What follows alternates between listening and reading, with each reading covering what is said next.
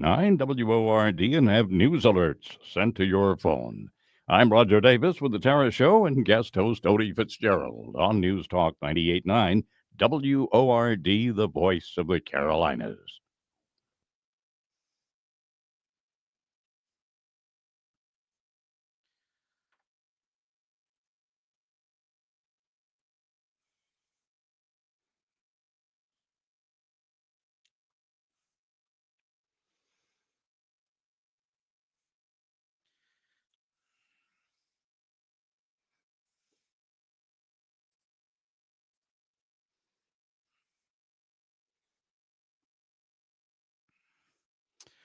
Well, good morning. How are you? Odie Fitzgerald here for Tara again today.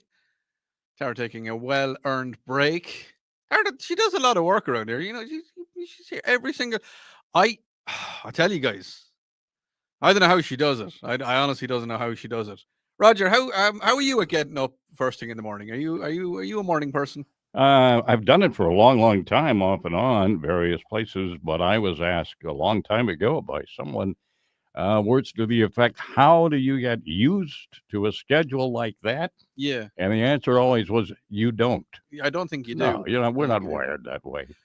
No, I had to get up because, as you know, I'm coming from the far side of Anderson, so I had to get up at Uh, like just about 3:30 this morning to get in here on time to get my show prep done and all that kind of stuff. But yeah. Same here. I'm coming from up around just about the county line here around Powdersville. yeah, So, yeah, I, sure. I don't think it. I just don't think it ever gets easy. Not really. I mean, No. yeah, it's a kind of thing. I think it reaches a point after a while where you start waking up automatically at 3:30 in the morning on a Sunday morning. Yeah, Things I like think that. you do. Well, my normal But my normal wake up when I'm doing my normal work, I get up around 5:45, about 6 o'clock, to yeah, get in for work for 7 a.m., which isn't too bad. But getting here for the studio, I think 10 to 5 this morning by the time yeah, I got in here, and yeah. you were already here. You had the coffee on. You were ready to rock and roll. Hit the ground running. If I have to go through some routines Hmm. in order to do that, but like singing at the top of your voice driving in, and Oh yeah, that you, you kind got you of got to thing, warm up the trying to voice. get the Yeah, pipes going. Yeah. you do. You have to warm up the voice because I mean I'd hate for when I open the microphone to go, "Hello, this is," Yeah, yeah. you Or know. or just to make sure it still works. Yeah. Yeah. So how about you out there? Are you a morning person? I mean, do you normally get up early? Are you on vacation? Are you going back to work today? Self and Roger are. We're already back. We're already here. You can get in contact with me on the Common Sense Retirement Planning text line 71307. Or if your voice is working, like myself and Rogers are this morning, you can get us on the WORD talk line 800 905 0989. Now, how did you survive yesterday? Did you get over yesterday? Was it everything you built up in your head? Did everything go to plan? That's what we're asking here this morning. We're going to ease you back into normality. We're just going to talk just a little bit about how your day went yesterday. Yeah, it wasn't too bad in my house. It wasn't too bad at all. Um, the famous bottle of wine came back. Did I tell you about the bottle of wine? Well, I'm going to be talking about your worst ever Christmas presents, and you can get your worst ever Christmas presents into me. I know 2 days ago on Christmas Eve we were talking about the best presents that you've ever gotten. Well, I want to talk about the worst presents that you've ever gotten. Bottle of wine. Well, I tell you little story about the bottle of wine. As you may not know or may know, I don't drink. I am, yes, I know you're saying, but hold on, Odie, you're an Irishman. Irishmen like to have a little drink. Yes, they do. And I used to drink when I was younger. I used to drink not overly. Well, I mean, as about as overly as a young man can. I mean, like a little drink or two. But a bottle of wine arrived at the house maybe about 3 or 4 years ago, and I don't drink wine. My wife doesn't really drink all that much, and she just didn't fancy the wine. So the wine was regifted as a present. But I didn't realize that the person that gave it to me was the person that I gave the bottle of wine back to. The wine arrived back to me again. So I'm either curious as to whether they know that I regifted, or whether they're completely unaware and think that I think that they like that certain bottle of wine. I'm not too sure. I'm not too sure what's happening there. But you can definitely tell me about your worst present that you've ever received. And how did your dinner go? Was the dinner good? Or lunch? Was it Christmas lunch? Christmas breakfast? We were talking all about Christmas breakfasts. I'm not I'm not only going to be talking about Christmas because Christmas is over. Christmas is done. But I'm going to be talking. Um, what have I got on the show today? Oh, yes. Sorry. We're going to be talking all about the news that is happening around the world. A lot has happened over the last 2 days. We're going to be talking a little bit about the drones because, well, they kind of kicked off again a little bit. So, we're going to be talking about the drones. And I'm going to be asking questions about age limits. Now, you're asking, oh, the age limits? Yes. Should we impose age limits on certain jobs? Should there certain criteria be met? And should there be certain age limits on operating vehicles and heavy machinery? We'll be talking about that later in the show. As I said earlier, you can get in contact with me on the Common Sense Retirement Planning text line, 71307. We go to the text line now. What have we got? Odie, I get up at 4:30 to drive an hour to Greenville Hospital. Are you a nurse or a doctor or paramedic, or what do you do in the hospital? Well, I must actually say, I want to take this little moment, and I want to thank everybody, absolutely everybody that was working yesterday. Okay, I had a day off. I had a nice relaxing day. Spent a little bit of time on the lake, which was great. But if you are working in any of the hospitals, any of the care centers, any of the nursing homes, nursing centers, if you're a nurse, a doctor, registered nurse, any kind of doctor, people working in mortuaries, lots of, like, unfortunately, people pass away at Christmas. All of our police forces, highway patrol, the sheriff's department, the police departments, all of the police departments, the ambulance crews, just thank you very much. I like the fact that you get up on Christmas Day, you leave your families, and you head into work. So thank you very much for doing that, and I really sincerely mean that. I like the fact that I can feel safe, during the Christmas Day, knowing that everybody is still, you're at work and you're looking after us. So thank you very much for that. Odie, Santa brought me a stomach virus which disabled me for 1.5 days. I'm sorry about that. Is it? Look, are you empty? Pepto Bismol. Did that help? Yeah, I remember the very first time I took Pepto. Actually, yes, because we don't have Pepto Bismol in Ireland, and the very first time I took it over here, the one side effect. Yeah, that scared me. But everybody. I was just looking at it, Roger. And he's just like, one side effect. Oh yeah, that's the side effect. Yeah. I wasn't expecting that. Good morning, Odie. I've been getting up 3 a.m. for the last 20 years to haul garbage. Somebody else I forgot to mention, garbage guys, the garbage truck men. Thank you so much for everything that you do, because without you, the place would be a mess. It would be a mess. So I'm pretty much wake up without any alarm anymore. Well, thank you for doing that job. Odie, I repair the equipment. Job title is biomechanical technician. Well, listen, thank you as well. That's that's what we need. I mean, the doctors, the nurses, and everybody else cannot work without the equipment. No, they can't. So when we come back, we're going to be talking about your worst presents that you've ever received, and I'm going to start talking a little bit about people in public services and age limits on that. You are listening to News Talk 98.9 WORD. This is the voice of the Carolinas.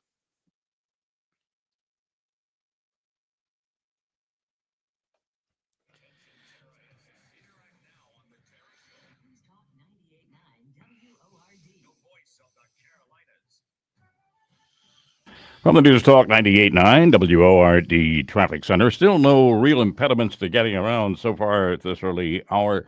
You can expect people, though, headed back to work today. All the government offices will be open again and wide open for the after Christmas sales, of course, at the shopping centers. Do have a couple of problems In limited areas, we still have some police activity in the 410 block, actually, of South Street and Spartanburg with a lane block there. And we have a fire call now. Fire engines just checking out a report in the 200 block of Walnut Hill Drive in Easley. Carolina's most trusted forecast from the News Talk 98.9 WORD Weather Center is brought to you by Common Sense Retirement Planning.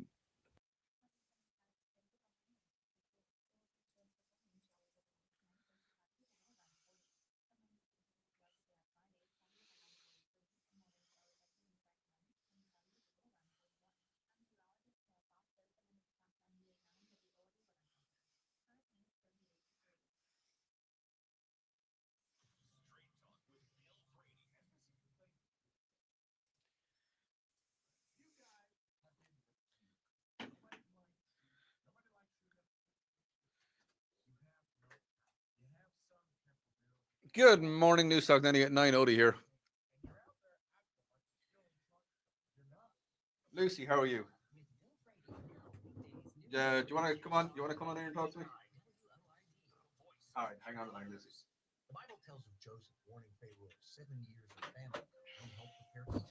Good morning, my streamers.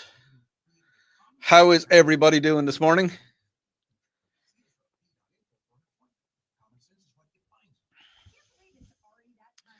Are we good? Are we having fun yet? I am. I'm very tired. I had another night of that last night. You know, where you go. I need to get up early. I need to get up early. I have to get up early in the morning, and my brain is just kind of like blah, because I saw every hour on the clock. Every hour on the clock. Now I didn't get up too early yesterday morning, so I'm not too bad. But I got up early this morning.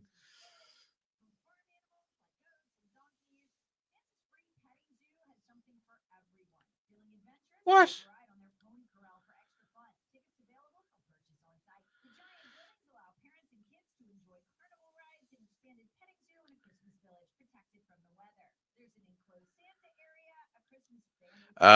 Give me a like, give me a thumbs up. Remember, the stream is completely different. Well, it's not completely different. You get the extra bits on the stream. So I do the stream during the ad breaks, and you get some extra footage. So if there's anything you want to say to me this morning, say it to me, and we will talk about it live on air, or I'll just talk about it on the stream, depending on how we are and what we're doing for time. But yes, you're very welcome to the show. It is, of course, the Tara Show, and I'm just filling in as best I can. I am wide awake. I've had a really good coffee. It's really good coffee.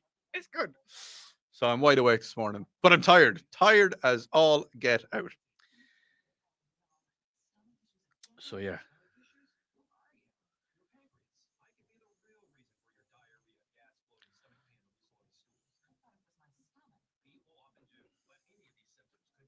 And if you don't want to watch it,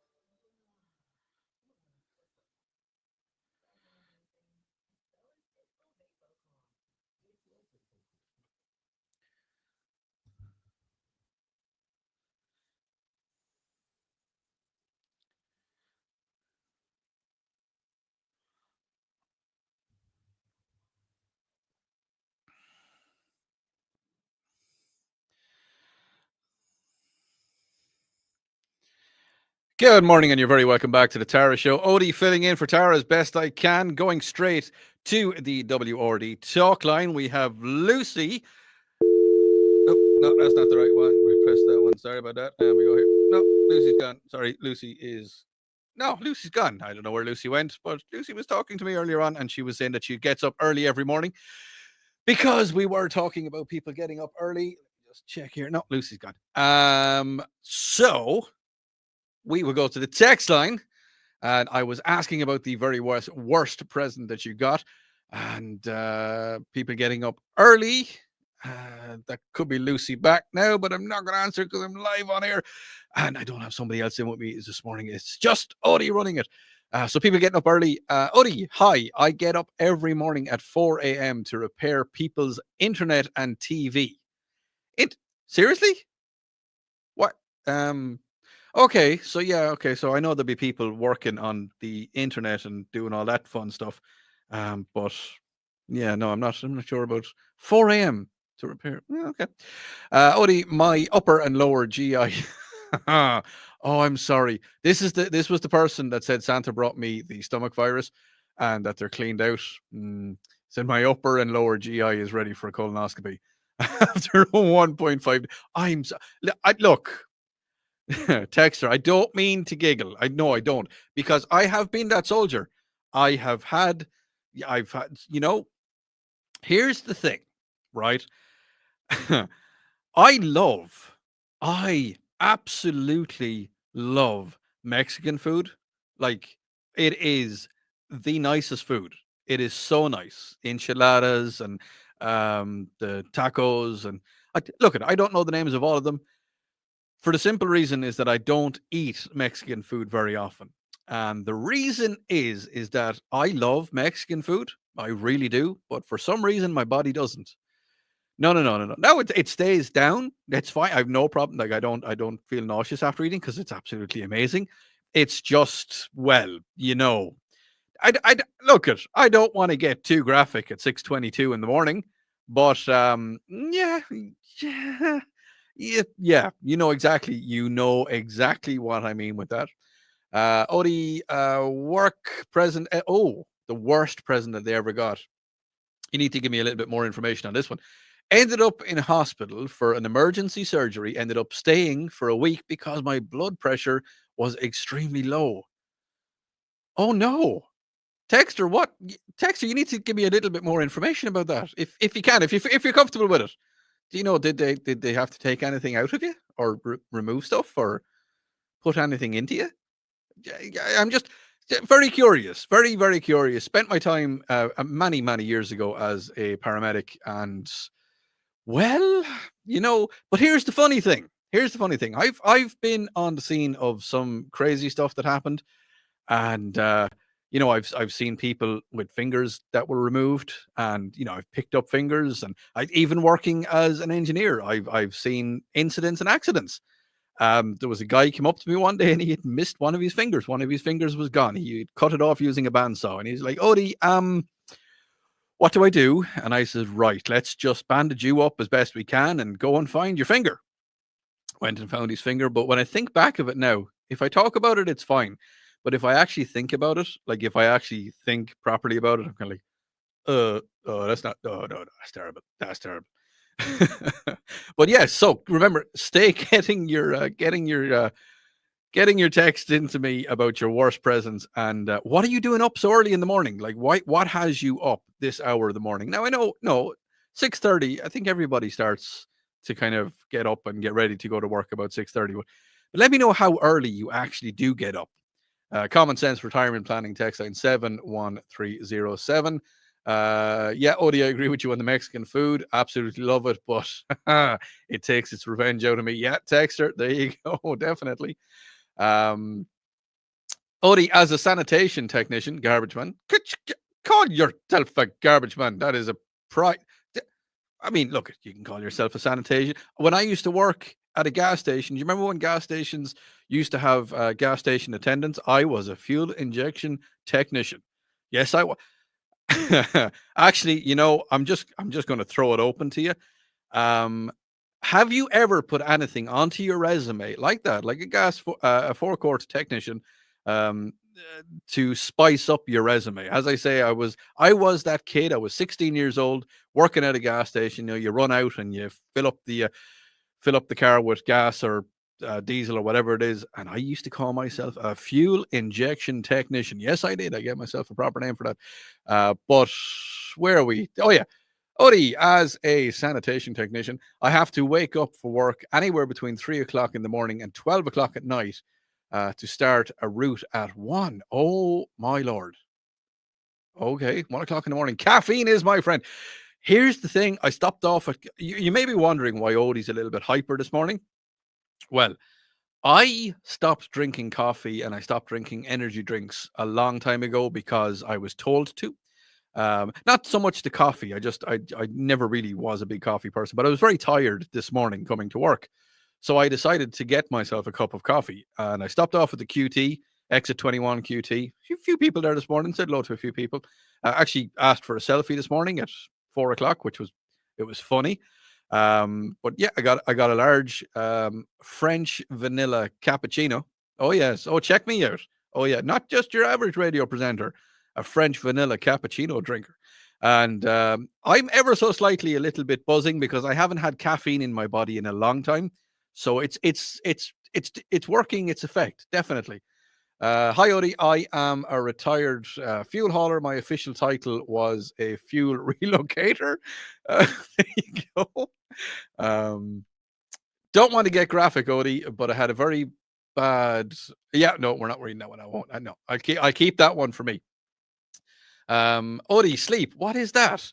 Having CPTSD doesn't allow for sleep. Maybe get 10 hours a week. Antibiotics, 10 hours a week. Okay. CPTSD. CT. I know what PTSD is, but CPTSD, not too sure on that one. Maybe you can tell me what that is. You can pop it into me and let me know exactly what CPTSD is. But yeah, no, the sleep thing and getting up early thing. And then here's the thing is that I'm getting used to it now because I decided to get up early yesterday morning as well and tried to get some early sleep last night, but that didn't happen. No, it didn't happen at all. Odie, I'm a fence guy, so anyone who wants my number, okay, a fence guy. Okay, so you make fence. Oh, I might give you a call. I might need a fence put up. You never know. Might be. But yeah, no. So lots of lots of bad presents coming in as well, and I will be getting to them. I will definitely be getting to them. And I also want to talk a little bit, and I am going to talk about it, about age limits on people working. What do you think? Get your comments into me now. What do you think the age limits should be for public service? And the reason I ask about that is, well, our buddy Mitch McConnell, he had a little incident again, little freezing incident, and I hate to see it. I really hate to see it. But yeah, so just let me know what you think age limit should be, and we're going to be talking about that when we come back. You are listening to News Talk 98.9 WORD. This is the voice of the Carolinas.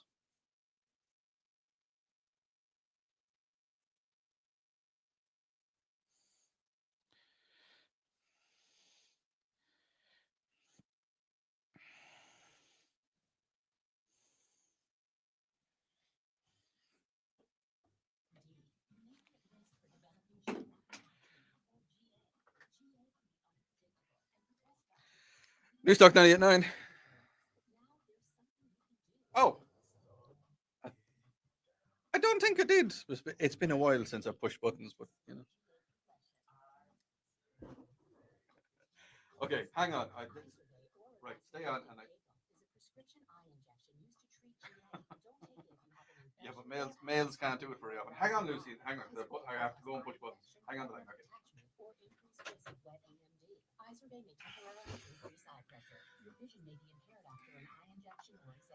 Don't delay. Ask your doctor about iSurvey today.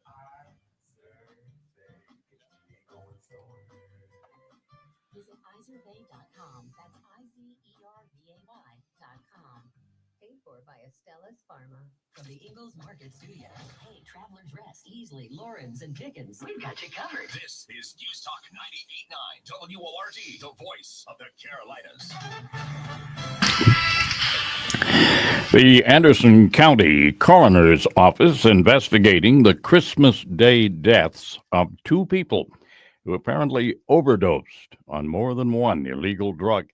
Good morning, I'm Roger Davis from the News Talk 98.9 WORD 24/7 News Center. That is the preliminary report on the case. The two were found shortly before 6 p.m. yesterday at a house on Hamlin Road in Easley. One of the victims, a 49-year-old man, found outside. The other, described only as a 59-year-old woman, was in the house.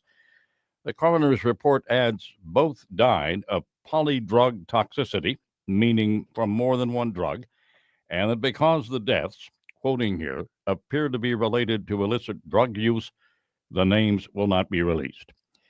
Man and man's best friend both got out safely after a house fire in Greenwood County early Christmas morning. The Greenwood Fire Department responding to the house on Hitt Street around 5 o'clock yesterday morning.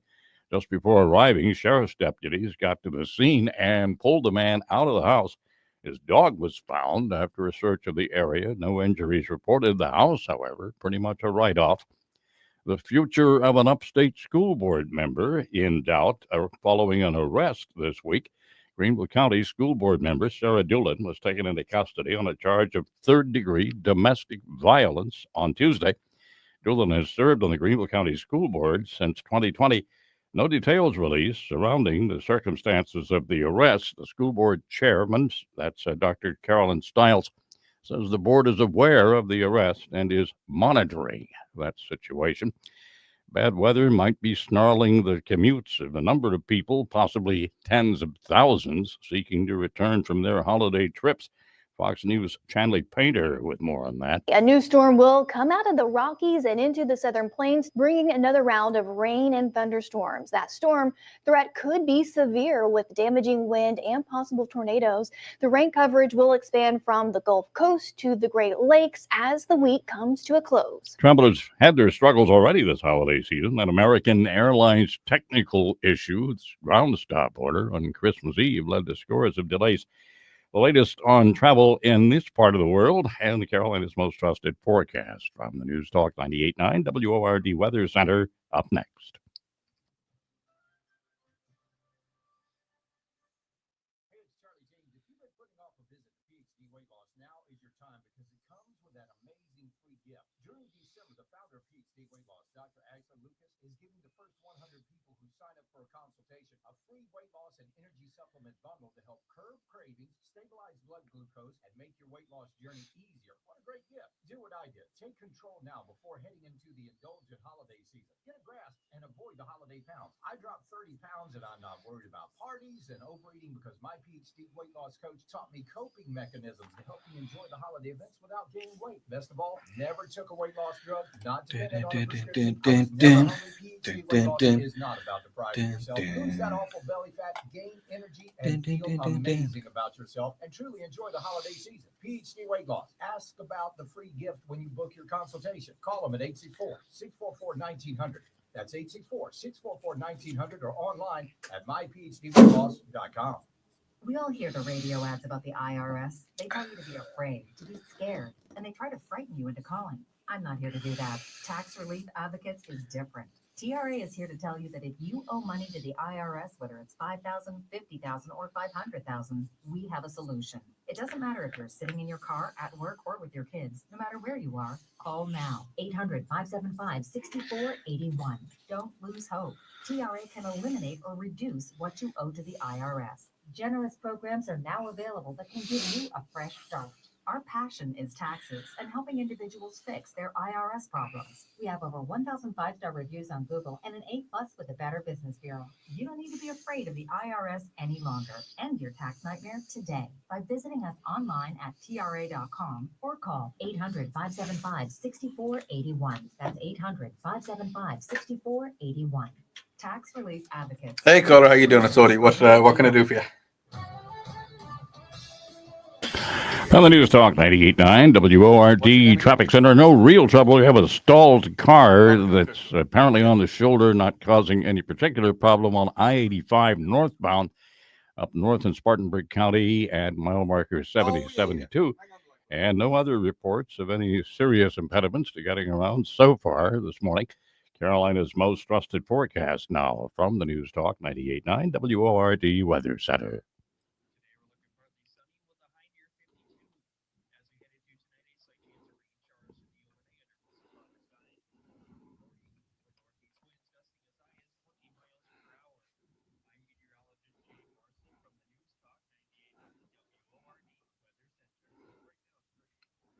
In for Lee Rogers, I'm Roger Davis with the Tara Show and guest host Odie Fitzgerald on News Talk 98.9 WORD, the voice of the Carolinas.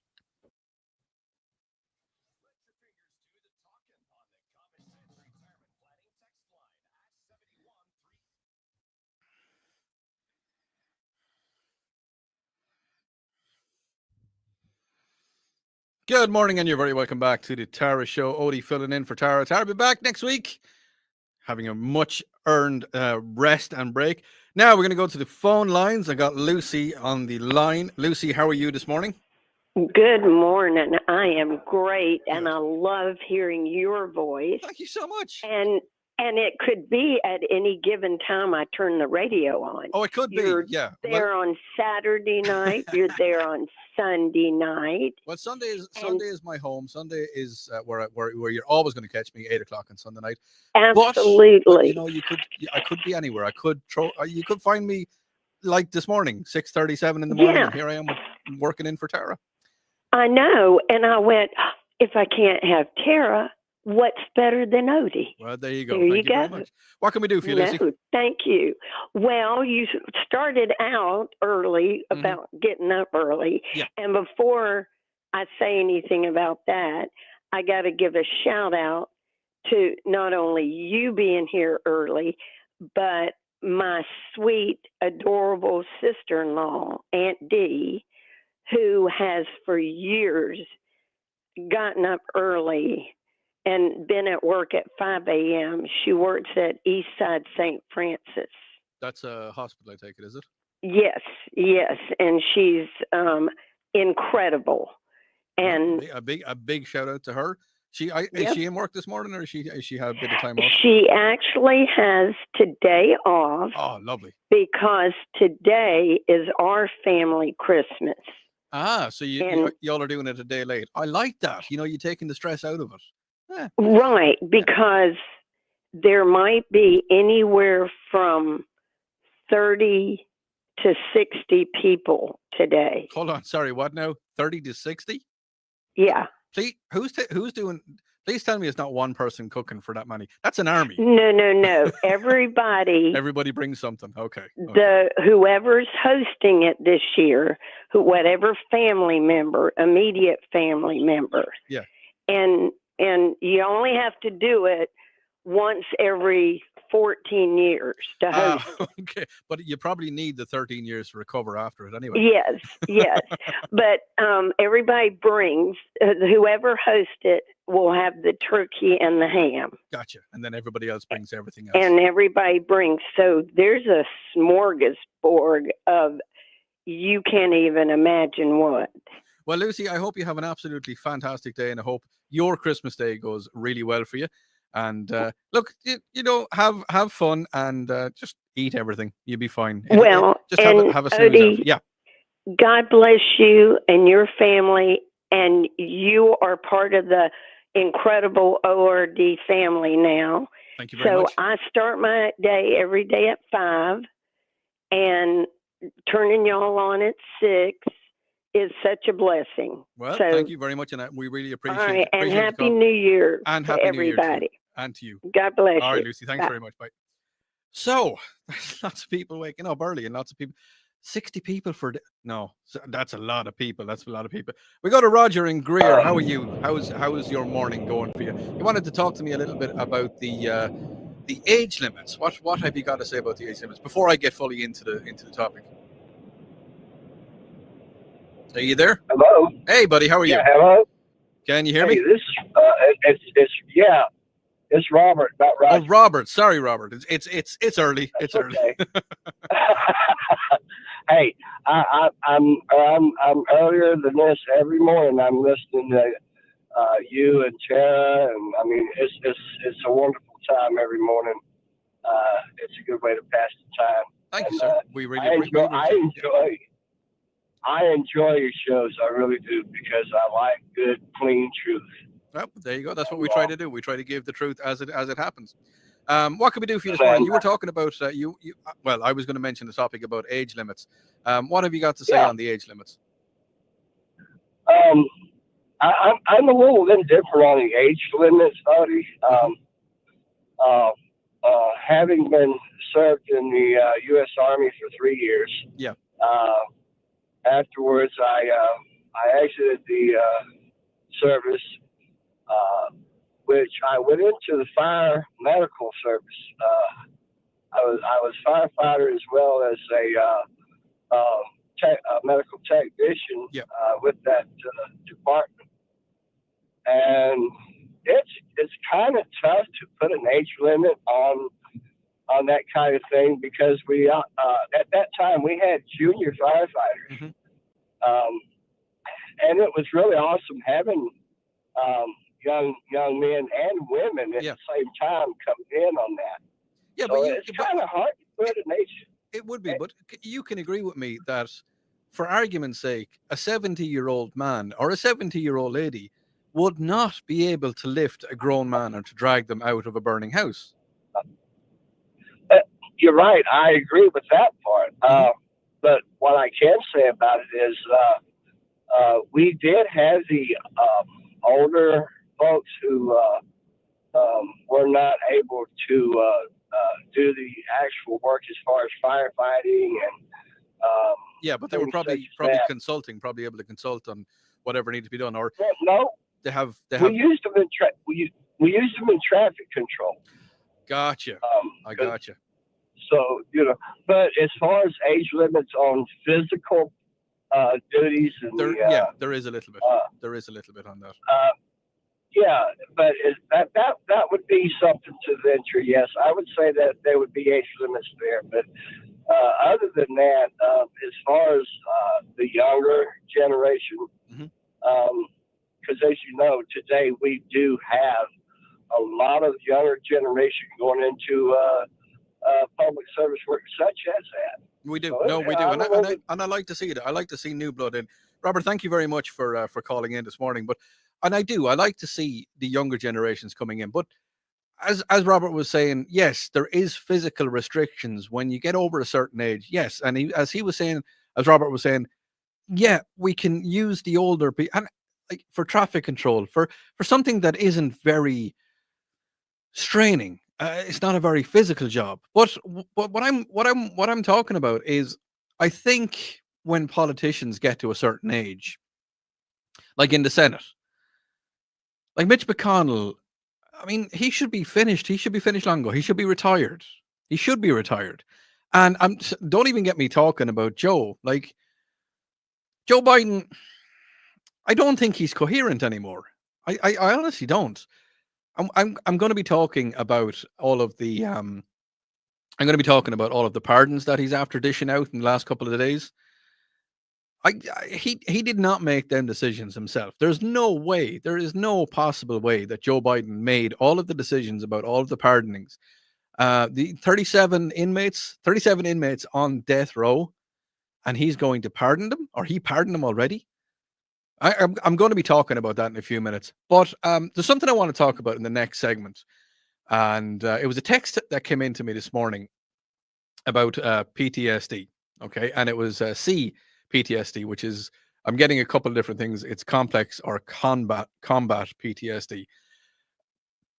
And I'm going to talk about that. What I'm going to talk about is the fact that, from what I believe, okay, this is from what I've heard, is that when you join the armed forces, is that they break down your civilian life and they build you back up into a person in the army or a marine or someone in the navy or in the air force. That they take away your civilian life and they turn you into a fighting machine, and that's what to do. But I've heard that they don't go back the other way. So get your thoughts into me on that. Let me know how you feel about what the armed forces do. Like, armed forces do great jobs. Please do not think that I don't believe that the armed forces do an absolutely fantastic and amazing job, and I salute every single one of you. But when you're leaving the armed forces, is it a thing that you're not debriefed? Let me know. And let me know if you're getting help out there. 71307. You're listening to News Talk 98.9 WRD. This is the voice of the Carolinas.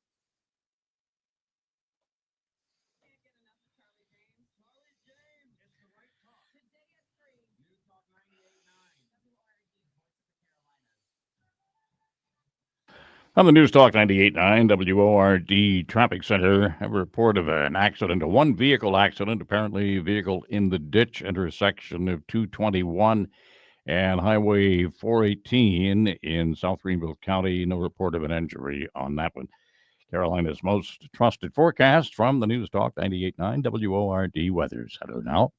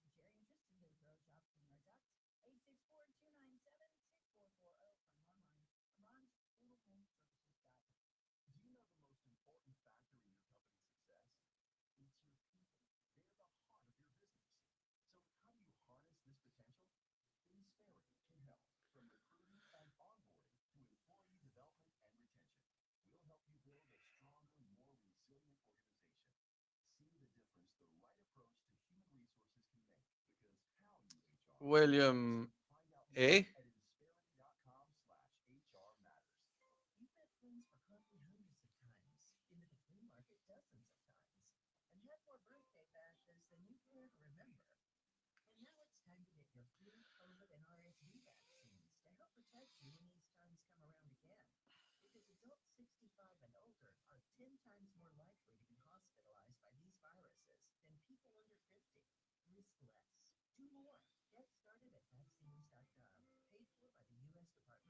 Yes, I am.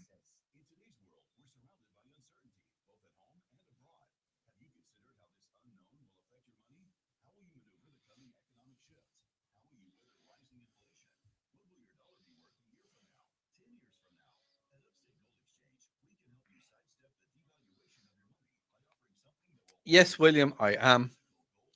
I am the Odie, your friendly neighborhood leprechaun. What can I do for you, William?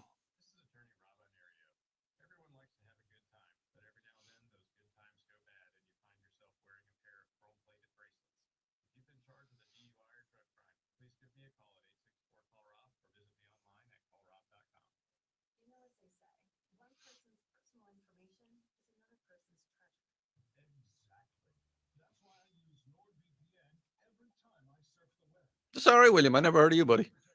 I'm only messing with you. Okay, well, you're listening to me now. Hi, thank you. William, if you've been late to the show, I stay talking and I keep the stream open. So if there's anything you want to talk about that you might hear on the show or anything you don't want to talk about that isn't anything to do with the show, well, I am here to talk about it. Yes, I am a little bit crazy. Ever so slightly. Hyper this morning. It could be lack of sleep. It could be a lot of other things.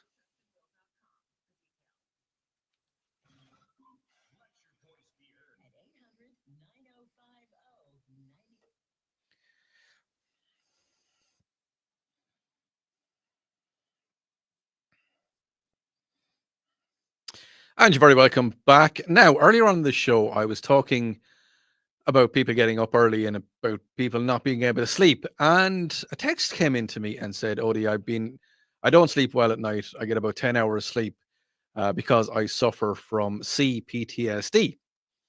Now, I knew what PTSD was, is post-traumatic stress disorder. Post-traumatic stress disorder, but I didn't know what CPTSD was. And the texters were great in telling me that it's either complex PTSD, which involves flashbacks, depression, nightmares, paranoia, as well as dealing with the trauma, or combat PTSD, which is roughly the same. I assume it's the same thing. I'm not 100% sure on that, but I mean, if you're in combat, yes. Now, I remember I was talking about it many, many, many months ago, and I had I can only describe as a trolling texter or just an ignorant texter who said to me that PTSD was not real. And then I went on to talk about the fact that I suffer a little bit. Now, very minimal. As I said earlier, I did work as a paramedic, frontline guy for a while, for a small guy, and I left because it just got too heavy for me. I'm not going to go into it because I have a little bit of PTSD from it. And I asked the question earlier on, when somebody joins any of the armed forces.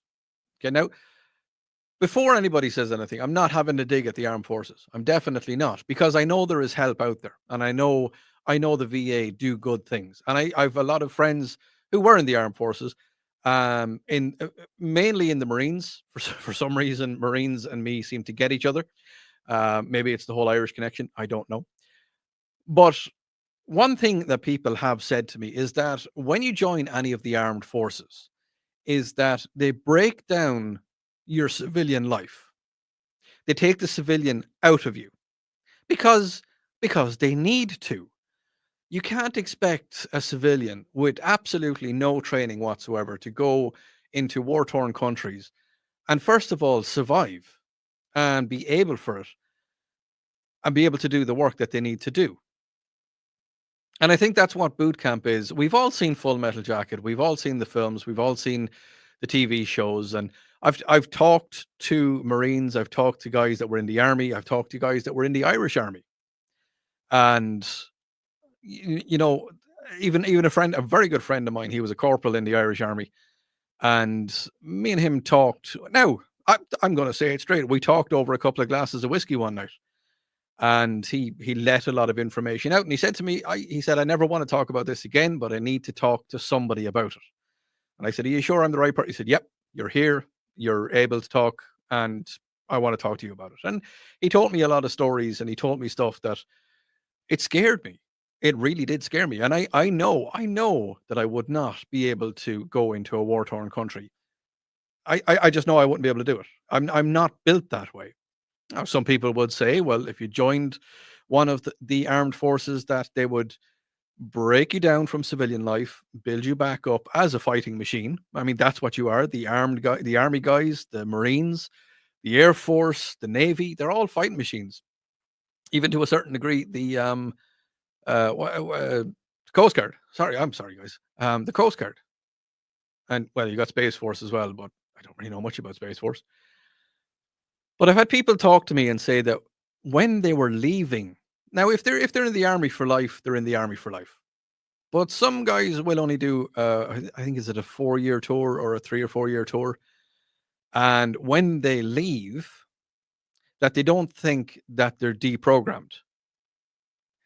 And I've had people say to me that they think if they were deprogrammed, that if there was a bit of time and effort put in. Now, as I say, yes, the VA do a lot of work with this, and there is a lot of help for people if they need it. But some people have said to me that they felt they didn't get deprogrammed. They didn't. They weren't able to acclimatize to normal life. And acclimatizing to normal life is a big deal. It is a huge deal. Because when you're in the armed forces, you're not very, I don't want to say you're not very PC, but it's a rough life. There's bad language is used. There's some cussing. There is. And then when you get back into normal life, Can't do that. I mean, if I was on the radio show this morning and if I was using bad language, well, I wouldn't be on the show for very long. And I've worked in in workshops in tool rooms as a kid. I was a tool maker, and the language is a little bit fruity. It's a little bit flavorsome, but I can't use that language in my day to day life now. And it's the kind of thing that even something small as that, it can it's just a way of breaking down. And I want to know your thoughts on this. On the common sense retirement planning text line, Odie, I am a retired Navy veteran, 2010, and I still feel like I'm going to drill instructor when my wife acts like I'm. Yeah, you can, and that's the thing, is that it's still in you.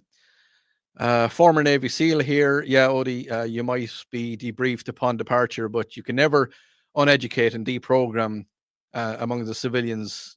Yeah, you can't. I don't think you can. Odie, tell the trolls to. Thanks, Roger. I'm not going to say that on air, but yeah, no, the trolls are like that. But and that's the thing. I think that as the Navy SEAL was talking to me, you're debriefed upon departure, but you can't uneducate, and you can't deprogram. You have to go through a lot in deprogramming. I'll tell you what, text lines are open 71307, and let me know how you feel about when you left the armed forces. Let me know if you felt like you were debriefed and if everything was taken out of your system. You're listening to News Talk 98.9 WORD. This is the voice of the Carolinas.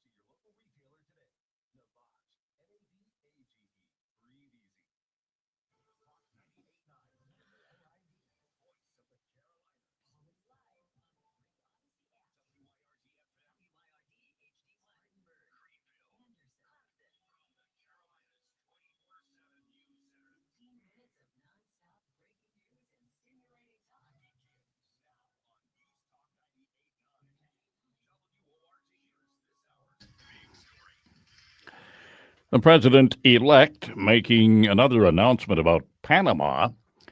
Not threatening to repossess anything this time. Good morning. I'm Roger Davis in the News Talk 98.9 WORD 24/7 News Center as he feuds with the nation of Panama over the fees charged to pass through the canal. President-elect Trump is extending something like an olive branch to the country now. Fox News' Chandler Hader with more on that. President-elect Donald Trump announced his pick for U.S. ambassador to Panama.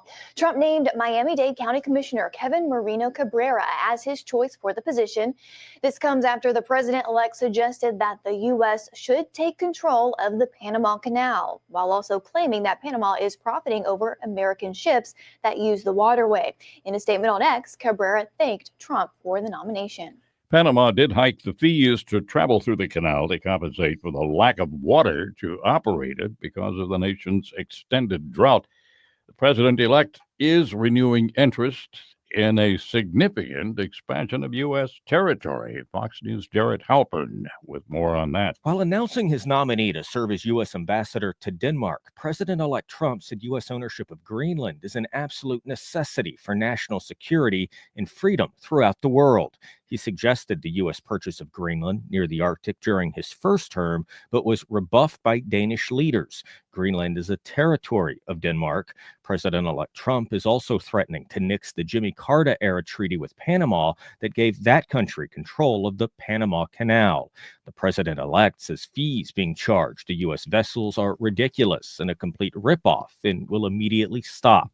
In Washington, Jared Halpern, Fox News. And Elon Musk is looking to establish a new city. Ryan Schmelz with the details on that. Elon Musk is petitioning to turn the SpaceX launch site in the Rio Grande Valley of South Texas into Starbase Texas. The area in Cameron County is currently unincorporated, and Musk says it would serve as the company's headquarters and gateway to Mars. The launch site is where the famous rocket catch took place, and in a letter to the county judge, the Starbase general manager says the township will allow the company to, quote, continue growing the workforce necessary to rapidly develop and manufacture Starship. A county judge would have to order a special election in the community to incorporate the area into a city in Texas. In Washington, Ryan Schmelz, Fox News. The Census Bureau is getting public feedback about how it should tally responses from people into new race and ethnicity groups.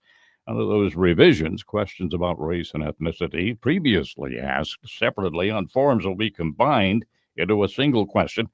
A Middle Eastern and North African category also added. New research just released by the Bureau shows that about 80% of people who wrote that their background was Middle Eastern or North African identified as white on the 2020 census questionnaire. Coming up in our report on the half hour, there's a course at a university in Indiana teaching that people are inherently oppressors because of their race. News Talk 98.9 WORD News Time 7:04. Business news brought to you by Common Sense Retirement Planning. Join them Saturdays 10 a.m. to noon, Sundays at 8 a.m. and 4 to 6 p.m. here on News Talk 98.9 WORD.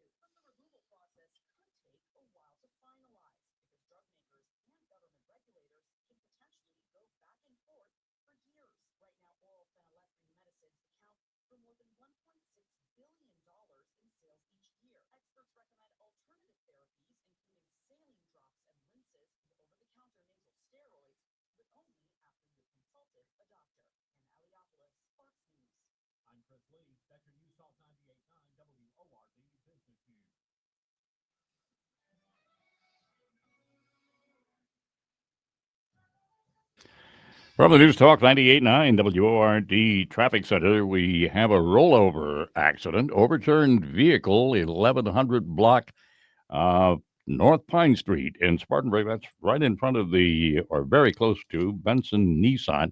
one vehicle. There was an EMS response, but no details on any injuries or exactly how that one happened. That's all we're showing right now, except for a fire call. This one just reported in the 1100 block of Lake Genke Road in Walhalla at the moment. Carolina's most trusted forecast now from the News Talk 98.9 WORD Weather Center.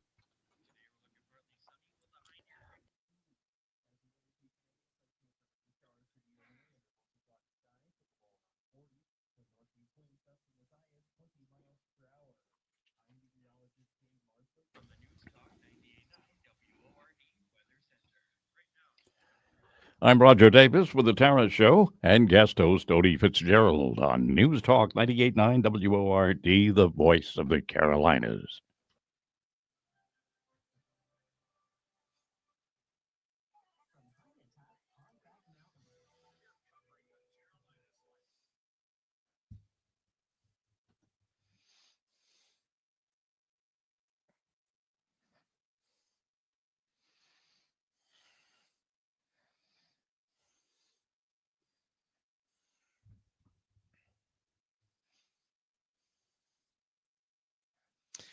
Good morning. Odie Fitzgerald in for Tara. Tara taking a little bit of a break. How are you? How is your morning going? Early on the show, we were talking about Christmas. Well, it's over. It's done for another year. Some people will sigh relief, and some people are a little bit disheartened. How do you cope with the lack of Christmas?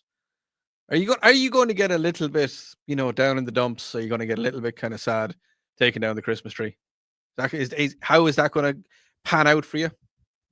Now, I was also talking in the last hour a little bit about debriefing or deprogramming, as some texters have said, our good guys and girls in the armed forces. As I said earlier on, when you join the armed forces, you are deprogrammed from your civilian life and you are built up into a fighting machine. And that's pretty much what you are. And I had Navy SEAL was talking to me earlier. He said, Odie, retired Navy SEAL, retired in 2010, and I still feel like I'm a drill instructor. And even my wife says that I act like I am still a drill instructor, because a lot of people are saying to me that they are not getting deprogrammed, definitely not getting deprogrammed.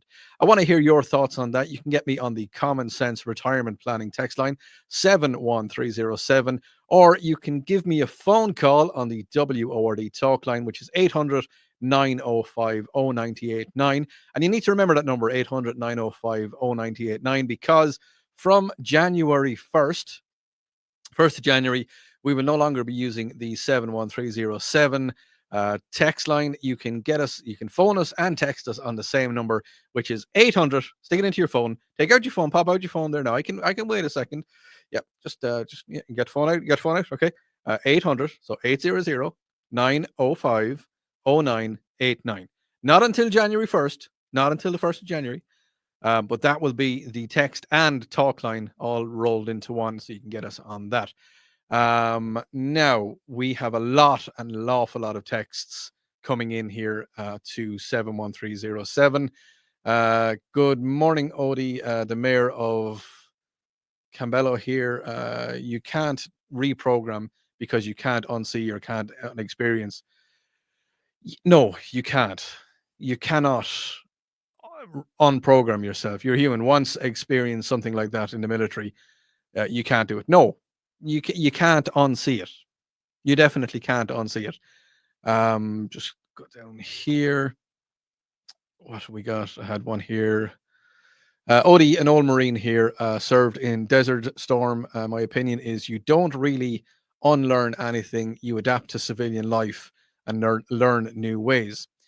Odie, the army spent more time. See, this is one now, and I'm getting this in a lot. Odie, the army spent more time making sure that I turned in all of my issued gear than they did than helping me prepare for civilian life. And that text message, I've gotten a couple of those texts in. And one thing that screams in my brain when I hear that is that the army spent a lot of time waiting for you to get your stuff back in, all of your issued gear. So I assume that's your DPMs and your obviously your rifle. They don't want you to here, you're in the army here, have a rifle. Actually, did you know in Switzerland, or I think it's Switzerland or Sweden, when you join the armed forces, and you have to, I think you have to join the armed forces for a few years of your life if you're male, and I'm not too sure about the females, but you keep your weapon. Yeah, when you are put back into civilian life, you keep your weapon. I think that's in Sweden or Switzerland. Not too sure. I need to double check that. I do remember hearing about that once. But yes, making sure. Okay, they're making sure that you give your stuff back. Did Joe Biden make sure that when everybody left Afghanistan, that all of the guns and all of the Humvees and all of the helicopters and all of the C-5s and all of the explosives and all of the weapons and all of the infantry stuff, did they all come back? Were they all brought? Just refresh my memory. You know, when everybody left Afghanistan and they left all the bases. Yeah, I mean, they obviously there's no way that they would leave thousands and thousands of weapons, of guns, of sidearms, yeah, tanks. There's no way that they'd leave. Oh no, wait. Oh, that's right. Oh, Sleepy Joe did leave everything there, didn't he? And yet, Texter, they're looking for your stuff back. Right. Well, there you go. Odie, people saying that PTSD isn't real are the same ones that think depression and anxiety are not real. Now, Texter, that is something that I like to talk. Well, I don't like to talk about it, but I feel the need to talk about it. I talk about it. I try to talk about it every single show that I do on Sundays, and I was talking about it a couple of days ago, and I'm going to talk about it today. Is that, like it or not, depression and anxiety are 100% real. They are 100% real. There is help out there. You know, if you're see, here's the thing. For a long time, everywhere in the world, not just here in America, but in my home country of Ireland, nobody said, "Oh, that person is depressed."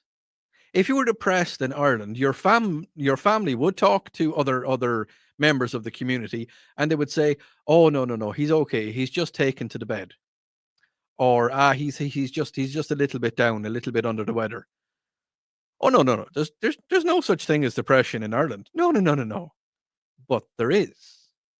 Because unfortunately in Ireland, the suicide rate is very high. It is extremely high. And 85% of people that take their own lives in Ireland are male. And I think about 90% of those males are aged between 17 and 35 or 36. So, oh no, there's no depression. And it's the same over here in America. Oh no, there's no depression. No, you can't get it. But yes, unfortunately there is. And unfortunately, it strikes everybody in some shape or form, you know, throughout their life. Everybody, you cannot go through life, you know, thinking that everything smells of roses. It just doesn't happen. It cannot happen. Everybody at some stage needs a little bit of help. Now, some need a lot more help than others, and I will put my hand up. I have no problem in telling absolutely everybody listening to the tones of my voice this morning that I have got help every now and again, because life is not always easy. Sometimes you need someone to talk to, someone that you need to connect with somebody, and if it's somebody that you don't know, maybe it works better, or you may need to talk to a friend or talk to a buddy. But if you're feeling a little bit down, or if you're feeling like you need a little bit of help, there is help out there. There's free help out there. If you need to, you can give the Suicide and Crisis Lifeline. Okay, it's a hotline, 988. I talk about it quite a bit of an advocate for it. I'm trying my best to get mental health looked at, because mental health is a little bit ignored. I don't say here in America, everywhere, absolutely everywhere, mental health is not looked after.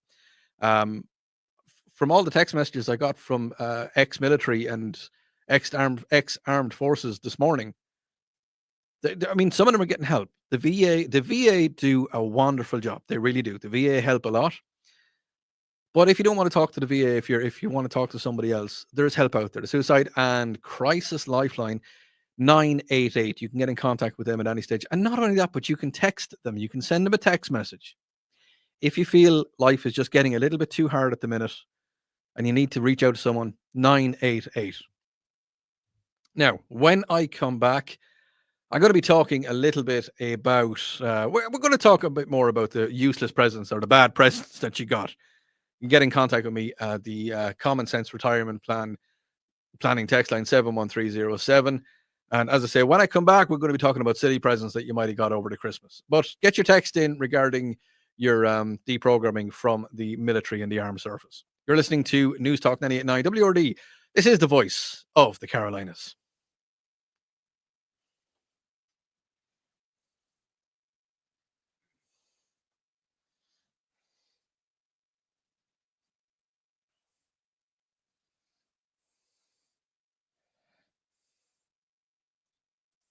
From the News Talk 98.9 WORD Traffic Center, as a matter of fact, returning unwanted, wrongly sized, or otherwise rejected gift items will be a part of the traffic picture as the stores open up around the vicinity now. We have a problem in Spartanburg County, the 1100 block of busy North Pine Street, a rollover accident in the last half hour. A single vehicle, overturned vehicle accident there in front of Benson Nissan, or very near the main entrance to that. Again, 1100 block of North Pine. And there's a report of a vehicle fire up on Lake Jemiki Road in Walhalla. That's about it for the moment. Carolina's most trusted forecast now from the News Talk 98.9 WORD Weather Center is brought to you by Common Sense Retirement Planning.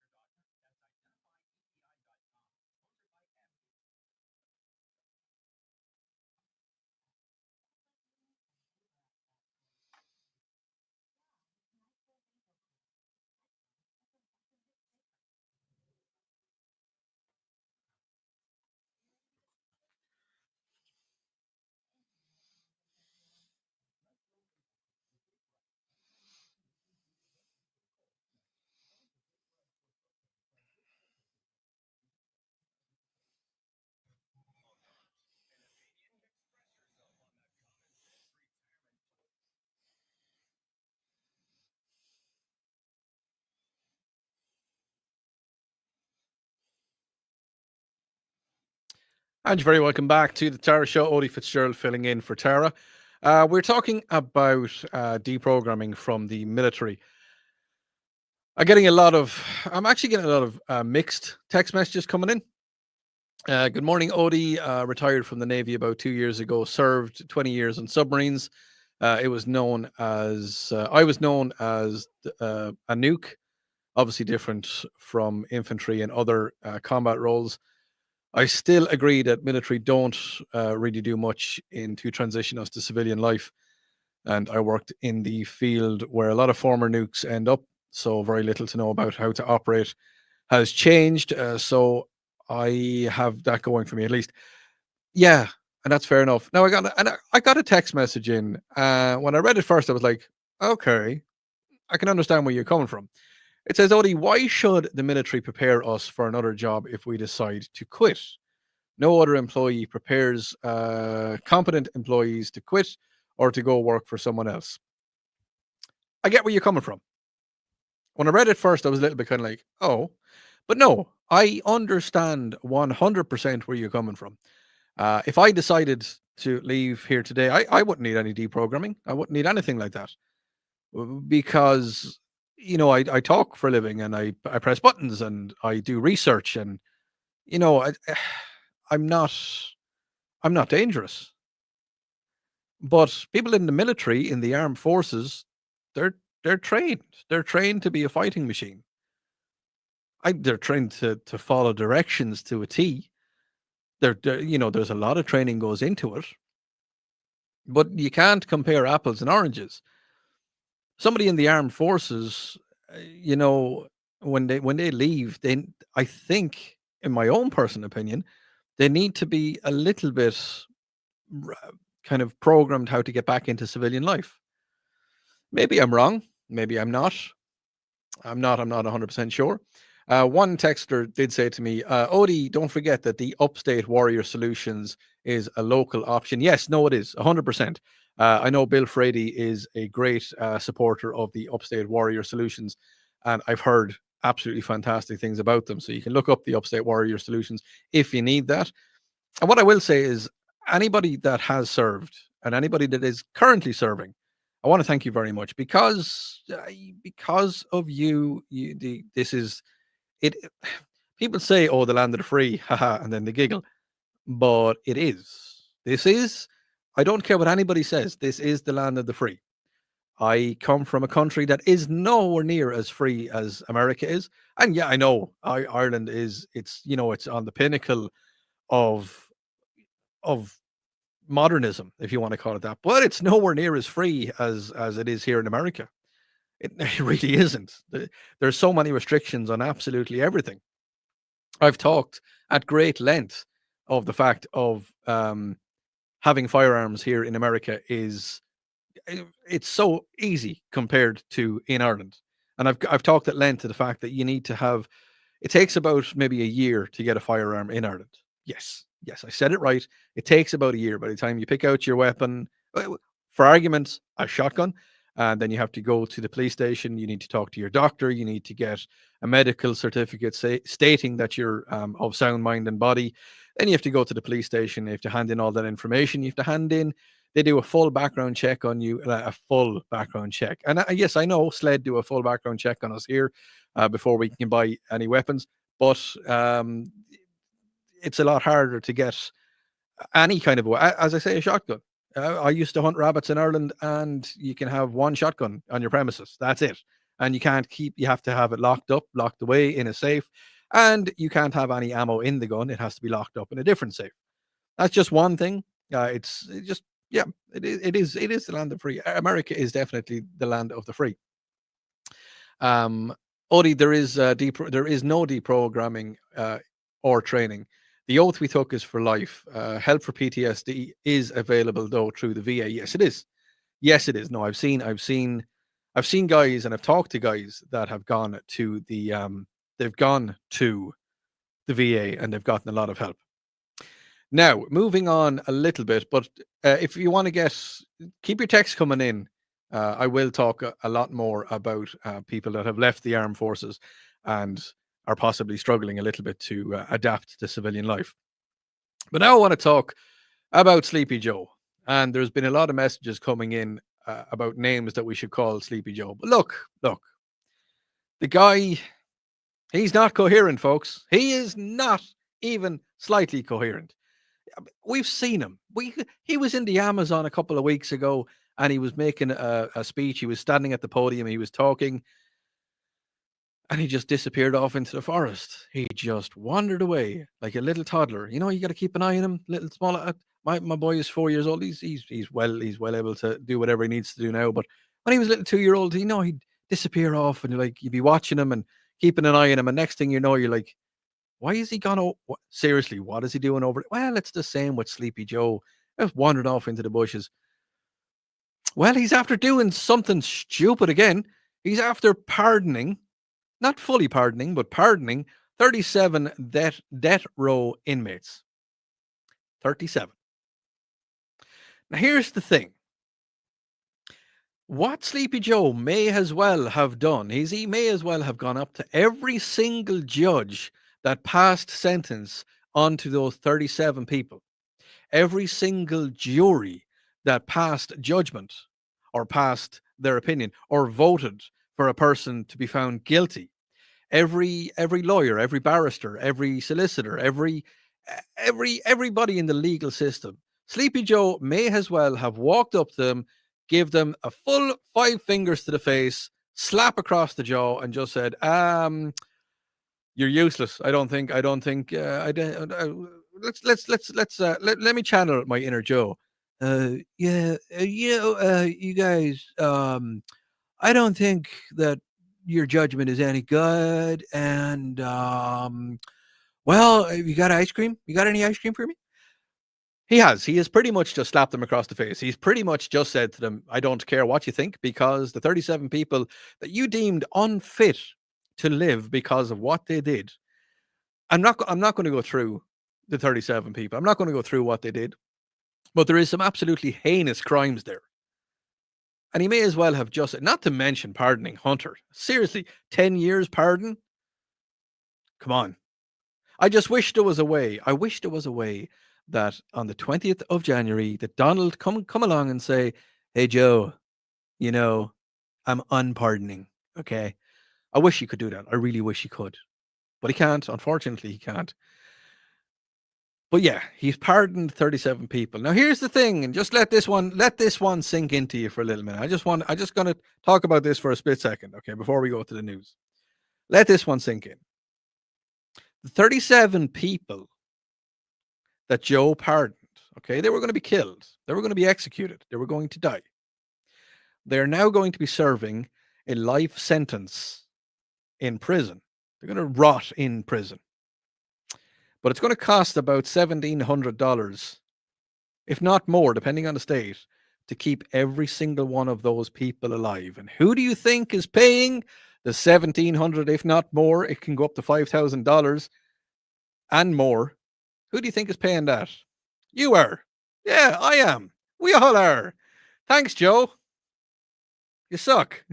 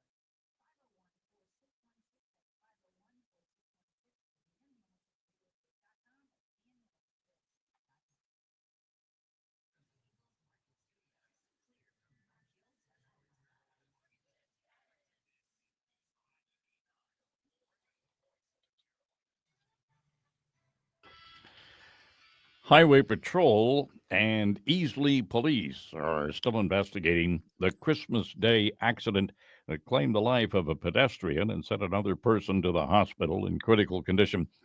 Good morning. I'm Roger Davis in the News Talk 98.9 WORD 24/7 News Center. That accident happened around 1:30 yesterday afternoon on Saco Lowell Road. The coroner says Mona Smith of Easley died of blunt force injuries. She was pronounced dead at the scene, less than a mile from her home.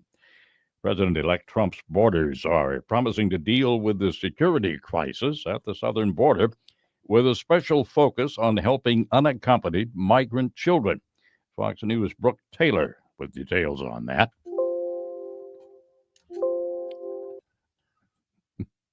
And apparently we're having some technical difficulty. We'll try again to reach that report. Incoming border czar Tom Homan says President-elect Donald Trump gave him 3 priorities. He laid it out pretty clear.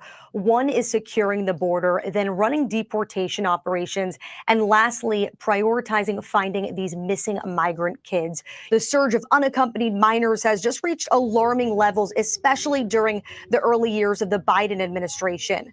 According to an inspector general report from earlier this year, ICE lost track of at least 32,000 minors who failed to appear for their immigration court hearings from fiscal years 2019 to 2023. So far in fiscal 2024, Border Patrols have encountered more than 99,000 unaccompanied migrant kids. A course at Indiana University teaching people are inherently oppressors because of their race. Gary Baumgartner with that story. The Understanding Diversity in a Pluralistic Society course challenges students to examine theories and models to enhance understanding of our diverse society. Among the oppressed, according to the course, people of color, women, and gay, lesbian, and bisexual people, teaching that heterosexual, white, able-bodied, and Christian people, as well as men, are guilty of social oppression. Gary Baumgarten, Fox News. Look at traffic from the News Talk 98.9 WORD Weather Center up next.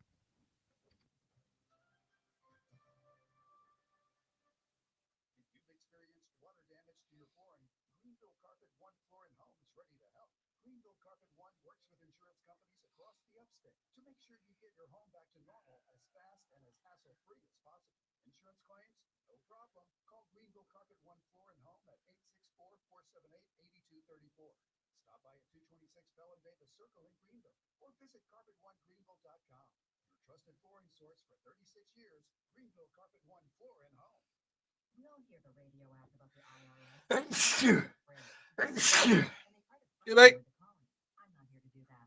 Tax Relief Advocates is different. TRA is here to tell you that if you owe money to the IRS, whether it's $5,000, $50,000, or $500,000, we have a solution. It doesn't matter if it's sitting in your car, at work, or with your kids. No matter where you are, call now. 800-575-6481. Don't lose hope. TRA can eliminate or reduce what you owe to the IRS. Generous programs are now Sorry, I am neglecting my streamers. Good morning. How are you all?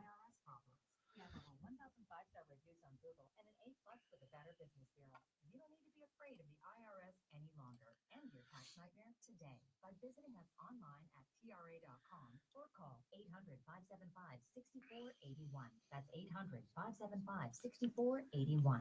Tax Relief Advocates. Real solutions for real people.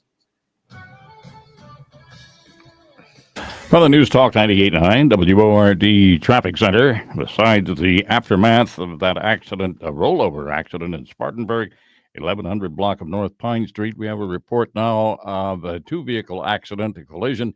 No report of any injuries on that one in South Greenville County, the East Gant area, intersection of Highway 25, Whitehorse Road, and Augusta. Carolina's most trusted forecast. Now, from the News Talk 98.9 WORD Weather Center.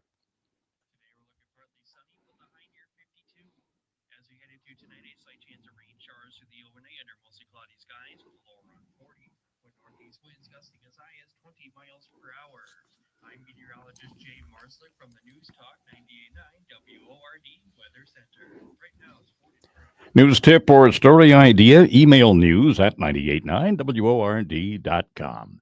I'm Roger Davis with the Tara Show. Guest host Odie Fitzgerald on News Talk 98.9 WORD, the voice of the Carolinas.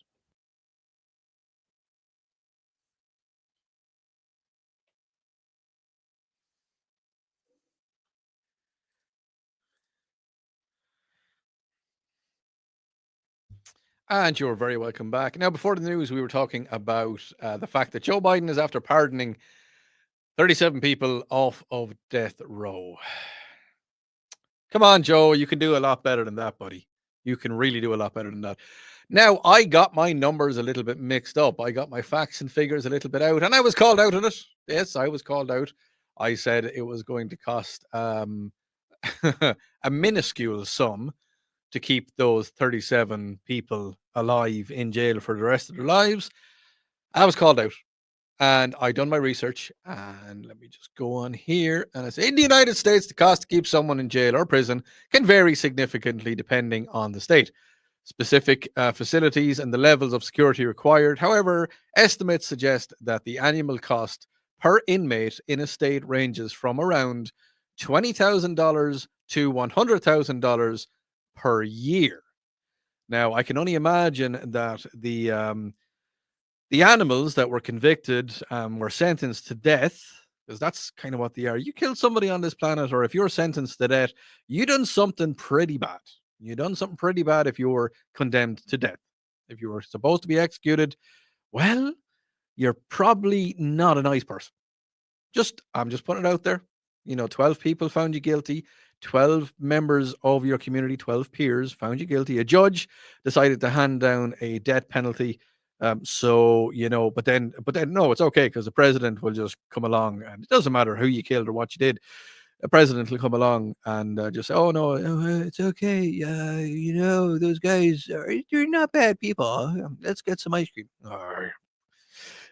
Anyway, so with 37 people, we're just going to say that it costs $100,000 per year to keep them in jail.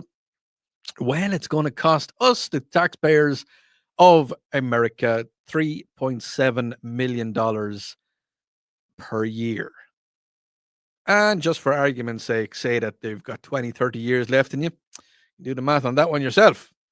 It's going to cost us a lot of money to keep those people alive who were already, was already said to them. All I can say is roll on the 20th of January. Things are going to get shaken up a little bit, and yeah. Oh look, somebody texted in. Well, it's Odie. What a treat. Good morning, texter. How are you today? How is your what day is it today? Thursday. How is your Look, we're in that season, okay? The day before Christmas Day itself, and today, which is now here's the thing. Do you call today the day after Christmas? Or do you call it St. Stephen's Day? Or do you call it, like the people in England do, and Canada as well, Boxing Day, which it's not Boxing Day. No. It's St. Stephen's Day. Well, I mean, that's, I was brought up with it, St. Stephen's Day. What do you call it? Let me know. 71307, the Common Sense Retirement Planning text line. Yes. So I'm here. But yes, it is, to me, it is St. Stephen's Day. And if you're anyway in the Catholic mindset, you'll know what. Yeah, St. Stephen, it was his feast day.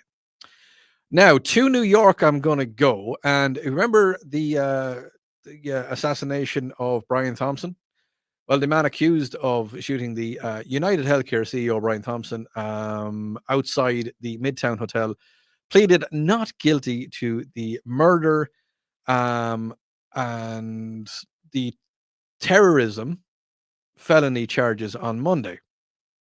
Now, Luigi, who is 26, was arraigned in Lower Manhattan courtroom after the incident. After it was decided that there was a host of charges last week, and the U.S. Attorney's Office said that the Southern District of New York has also charged him federally.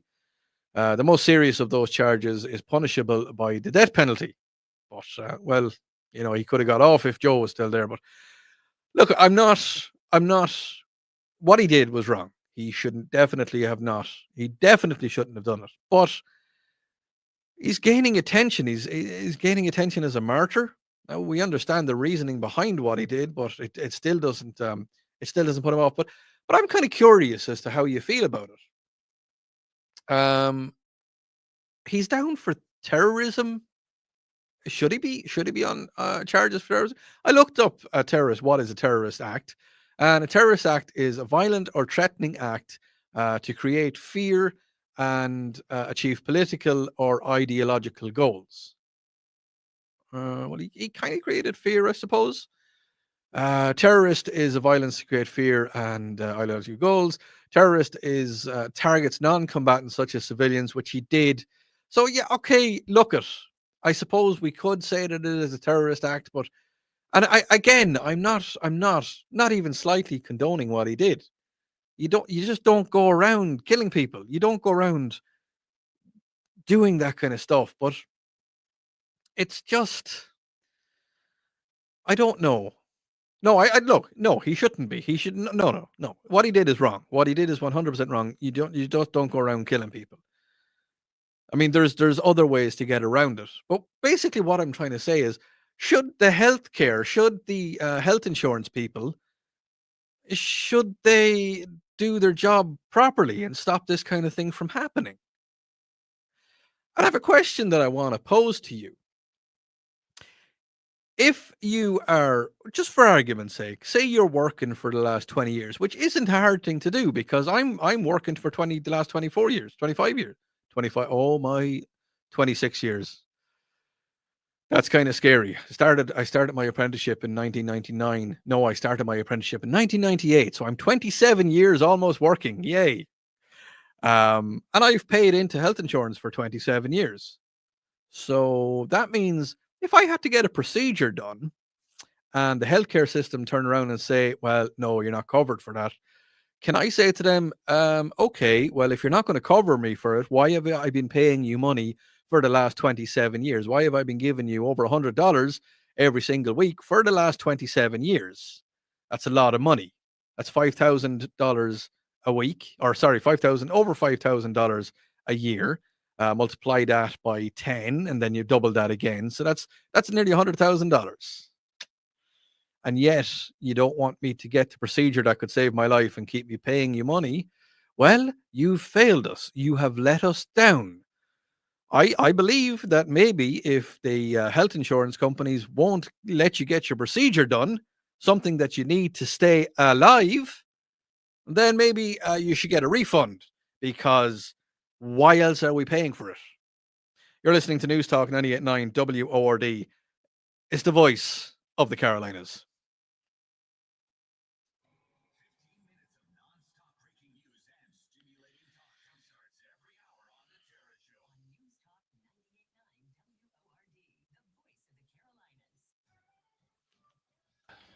From the News Talk 98.9 WORD Traffic Center, we have a collision. No injuries involved, but apparently one lane of Augusta blocked at the intersection with Highway 25 East Gant in Greenville County. And Spartanburg County still dealing with the aftermath of a single vehicle accident, a rollover in front of Benson Nissan, the 1100 block of North Pine Street in Spartanburg. Now the Carolinas' most trusted forecast from the News Talk 98.9 WORD Weather Center.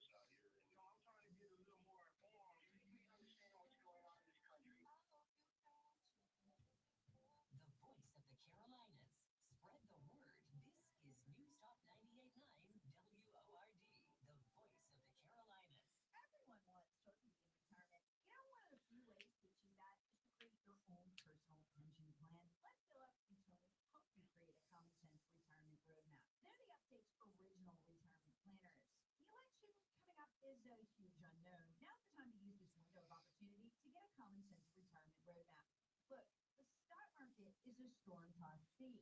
Now's the time to manage the volatility. Protect your assets with a tactical approach. Doesn't matter who wins in November or what the future holds, you need to know you'll have a secure income with reasonable rates of return. Make your appointment for a free, no obligation consultation.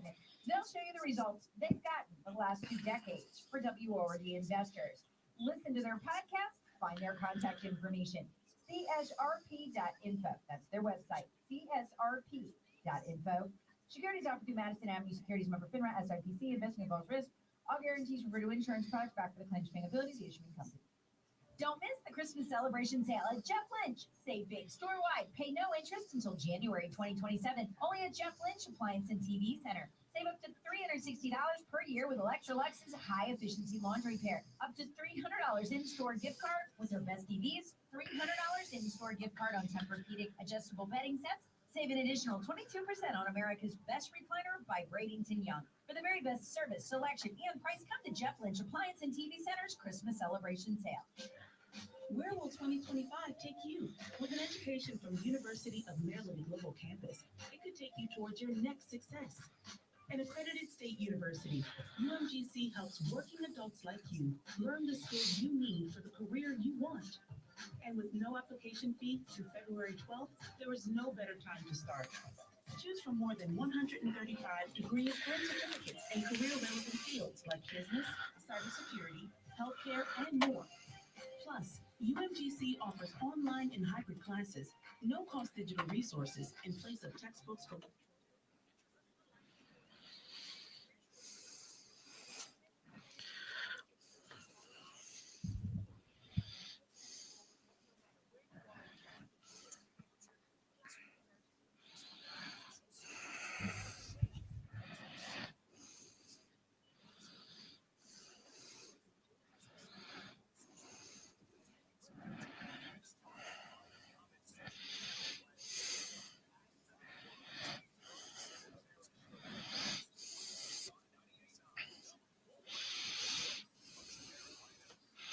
Now, we haven't heard a lot about drones in the last couple of days.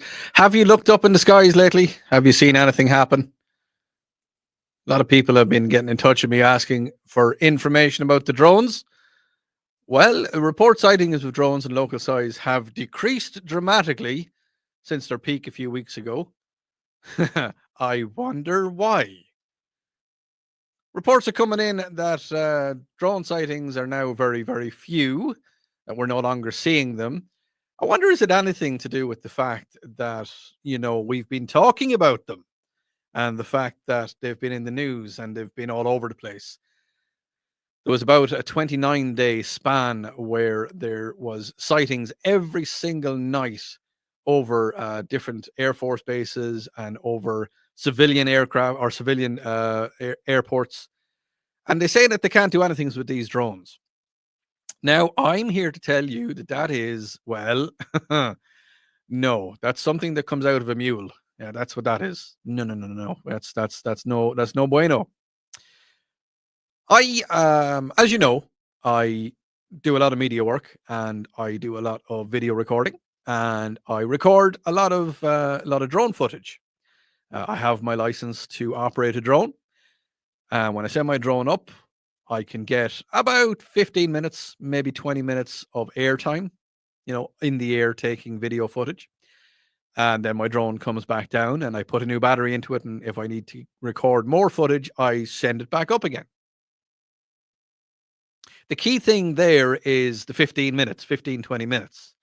Very good friend of mine back in Ireland. He is more experienced when it comes to the drone footage, and he has a gas-powered drone, and he sends it up, and he gets roughly about 45 minutes, if not a little bit longer, of drone footage. But he does that. That's part of his. That's his job. He's a very good friend of mine over there. And I've another very good friend here in just outside Anderson, Vic. He works for Dead Horse Productions, and he does drone footage as well. And I watched him do it, and he's got a bigger drone than I do. And, he puts 4 batteries into it, I think. And I think he gets about 35 minutes of footage on a still day. You see where I'm getting with here on the short air times. Okay. So the government has come out and said, Sleepy Joe, am I picking on Sleepy Joe a little bit too much today? Maybe not. I don't know. You need to tell me if I'm picking on Sleepy Joe a little bit too much. But he said that they can't they can't track the drones. They can't find out where they're coming from and they can't find out where they're going. Now, to me, that story stinks to high heaven because they're saying that these drones are about the size of a pickup truck. Okay? Saying that these drones are the size of a pickup truck. Now, everybody knows how big a pickup truck is. Okay? Now, we're going to compare the size of a pickup truck to the size of a light aircraft. And I'm going to pick on one light aircraft in particular. And I'm going to pick on the Cessna 152 or the Cessna 172. I've flown both of them. Lovely little aircraft. Old as Methuselah, but they get the job done. And if you're flying one of those Cessnas, you can be seen on radar. Yes, you can, because they're big enough and they will, you can be seen. So the drones and the Cessnas are about the same size. So you cannot tell me, you cannot tell me that they're not picking up the drones on radar, because they are. Unless they're aliens and they have some sort of stealth technology. Let me know. Get your opinions and thoughts into me on the Common Sense Retirement Planning text line 71307. Let me know what you think the drones actually are, because, and here's the thing, there has been sightings down here in South Carolina. There has been sightings in Florida. There has been sightings pretty much across the country now at this stage. They're pretty much everywhere. And yes, California, they're getting sightings as well. But California have had sightings over military installations. And as far as I was aware, that's a big no-no. I could be right or I could be wrong. Text me and let me know. I know for a fact that you can't take photographs of military installations. I found that out when I went down to take photographs of the fighter jets in McDonald's Center, is it McDonald's Center? I'm big into aircraft, and I heard fighter jets screaming across, and everybody said to me, "Oh, you need to go over to McDonald's Center and take photographs of the F-16s taking off." And I got over there, and he said, and next thing, a Humvee comes up to me, and he's like, "What are you doing? Who are you? Why are you taking photographs of these?" So even just taking photographs of fighter jets, and they looked through all my photographs, and they were like, you need to ask us if you can do that. And I was like, "Oh, am I in trouble?" And they said, no, you're not in trouble. We're just making sure who you are and what you do. And so you can't take photographs of military installations, but apparently aliens in drones can fly over them. Let me know. Let me know your thoughts. Where have we got? Odie, no, you're not picking on Sloppy Joe. Sleepy Joe, I think you meant to say. He is, yes, he is maniacal and homicidal, and he is another word that I'm not going to mention there. Odie, it's the holidays. Holiday break for the drones proves that the US is, rather than an alien op, why would ET take Christmas off? I don't know. I think it's the fact that, yeah, well, maybe ET had to go home for Christmas. Maybe he had to, maybe he had to go home and see see the little ETs. No, it is. The drones are being ran by the government. And here's the thing, and this is the one that I want to get nailed home, is the fact that President-elect Donald Trump was asked a question a couple of weeks back or a couple of days back. The question was asked of him, what are the drones? And he said, I don't know. Because, well, he's not the president yet. He was the president, and he's getting back in 20th of January. He's going to be straight back in again. And one of the questions that Donald is going to ask is, "Hey guys, what's the story with these drones? Huh? You want to tell me? We can tell the people.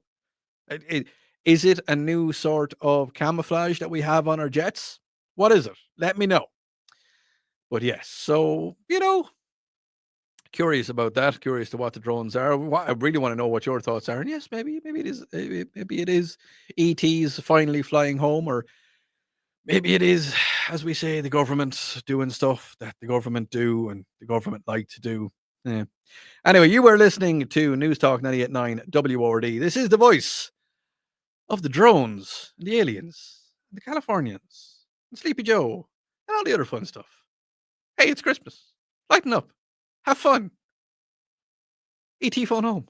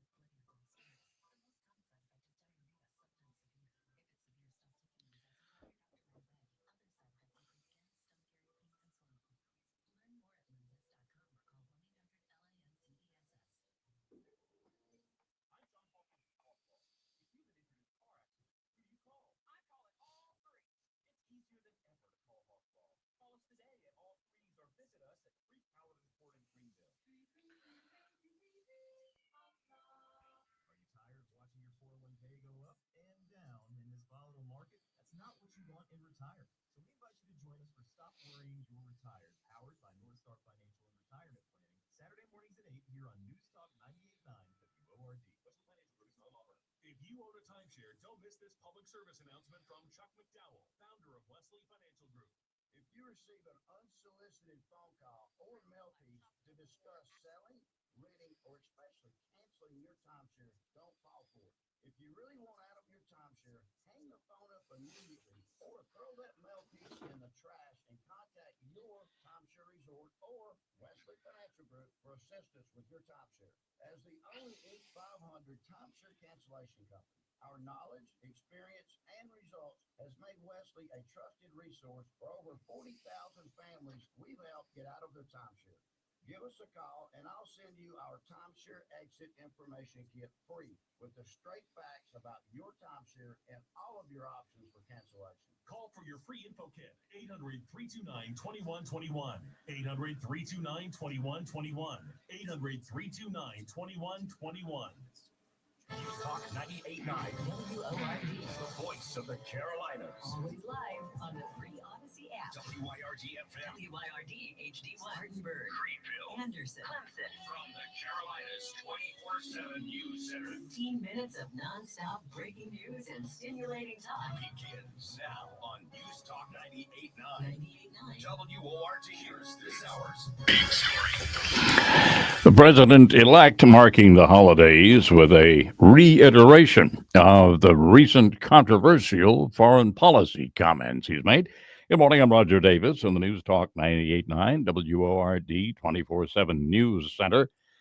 Fox News' Alexandria Hoff on President-elect Trump doubling down on some of his comments. President-elect Trump took a more active global approach to his holiday messaging, writing in one, "Merry Christmas to all, including the wonderful soldiers of China who are lovingly but illegally operating the Panama Canal." Trump selected Miami-Dade County Commissioner Kevin Marino as ambassador to Panama. Another holiday post was extended to our neighbor to the north. The president-elect writes, if Canada was to become our 51st state, their taxes would be cut by more than 60%. Their businesses would immediately double in size, and they would be militarily protected like no other country anywhere in the world. The man accused of trying to assassinate then-candidate President-elect Trump in South Florida will not go on trial now until September of the new year.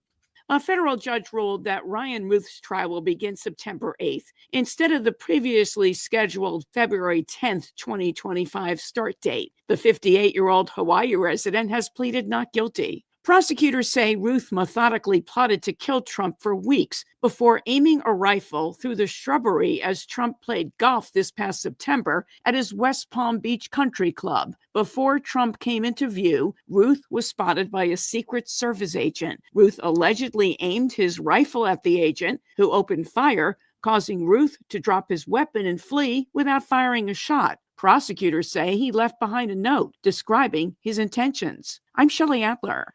An Eastern North Carolina man is now charged with murder in the fatal shooting of a police officer responding to the report of a man with a gun in a supermarket. Greensboro police say 34-year-old Terrell Isaac McMillan is charged with first-degree murder in the death of Officer Michael Horan in a Food Lion on Monday. He is being held without bond and also faces a string of charges related to the car chase that led to his arrest. Azerbaijan observing a nationwide day of mourning for victims of that air crash that killed 38 people and left all 29 survivors injured. Speculation mounting about the mysterious cause of the accident. The Brazilian-built turboprop diverted for an unknown reason from its flight to the Russian city of Grozny late yesterday, trying to make an emergency landing in Kazakhstan when it suddenly nosed over and hit the ground in a fireball. Investigation underway in Hawaii into the grim discovery of the body in the wheel well of a United Airlines flight from Chicago. More on that story coming up in our report of the news on the half hour. News Talk 98.9 WORD News Time 8:04. This report of business news is brought to you by Common Sense Retirement Planning. Join them Saturdays 10 a.m. to noon, Sundays at 8 a.m. and 4 to 6 p.m. here on News Talk 98.9 WORD. The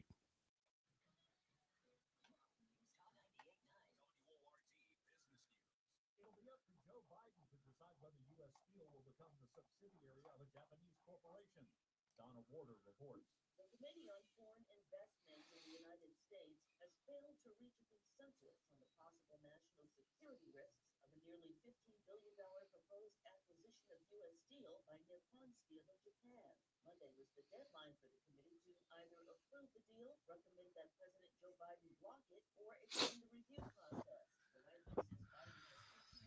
How is the stream doing? It's lovely and bright outside now. How is everybody this morning?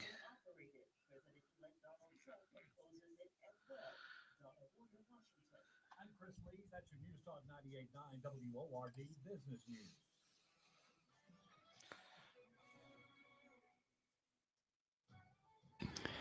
From the News Talk 98.9 WORD Traffic Center, tow trucks in action now in the 1100 block of North Pine Street in Spartanburg behind a rollover accident earlier today. And there was apparently one person injured in connection with that accident. Nothing else at the moment to report. The upstate and around the interstate upstates are running pretty close to normal right now. Speed limit rides. You can expect traffic to thicken up around the shopping centers as the Take It Back and Get the Right One brigade begins to take to the highways this morning. Most trusted forecast from the News Talk 98.9 WORD Weather Center now. Today we're looking partly sunny with a high near 52. As we head into tonight, a slight chance of rain showers through the overnight under mostly cloudy skies with a low around 40. With northeast winds gusting as high as 20 miles per hour. I'm meteorologist Jay Marslick from the News Talk 98.9 WORD Weather Center. Right now, In for Lee Rogers, I'm Roger Davis with the Tara Show and guest host Odie Fitzgerald on News Talk 98.9 WORD, the voice of the Carolinas.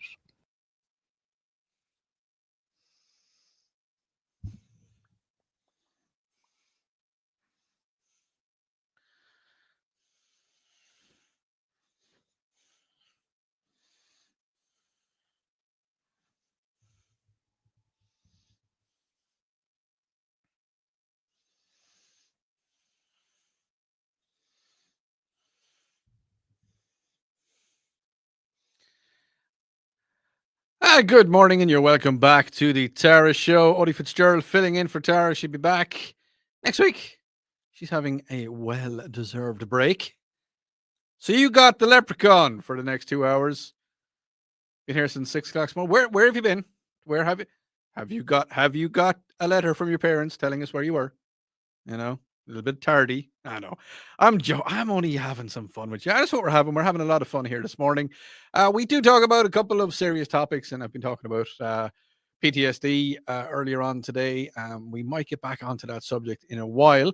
But before the listen, some of the stuff that y'all text into me, a lot of stuff I can't read out. A lot of stuff can never be talked about. Ever. Ever, ever, ever. But some of the stuff, yeah, it's funny. We were talking about drones. We were talking about the fact that the drones have they've taken a little bit of a hiatus. They've slowed down a little bit. Is it coincidence, or is it the fact that everybody is talking about them? Yeah, you decide for yourself on that one. Now, I was also saying that I was taking photographs. I was trying to take photographs of fighter jets because Ireland doesn't have fighter jets. No, Ireland doesn't have fighter jets because we have an air force. We have the Irish Air Force, which is called the Air Corps, and we don't have fighter jets. We've got propeller aircraft. So now, no, they do. The Irish Air Corps, they do look after the search and rescue. There's a lot of search and rescue in Ireland. Obviously, if it's an island, it's a small island, and they use the Sea King helicopters as search and rescue, and they do a fantastic job. The RNLI do an absolutely amazing job in Ireland. The different rescue squads that fly the helicopters. These are the guys that are flying helicopters, and they do it all around the coast of America as well. Just spare a thought for these guys. These are the guys. They fly the helicopters when nobody else will fly, when nobody else can fly. There's nothing that would stop them from flying. I've talked to a couple of the guys that work for the Coast Guard, and they said even when there's snow on the helicopter blades, we still fly. We brush off the snow and then we take off. We fly. So yes, big shout out to those guys there. But yeah, the drones, yeah, no. Odie on the text line, common sense retirement planning text line 71307. Odie, we can track cats in cats in real life. So yes, we can track the drones. The drones at the bases where the Chinese own the surrounding land concerned. It concerned me most. China owns Biden. Yeah, well, I'm not going to disagree with you on that one. Odie, taking public photographs on sidewalks and public property and driving lots. You can take pics of anything you want, including military jets. It's called plain view doctrine. Yeah, but I'm not going to get into that because, well, I more than likely can. But if listen, here's the thing.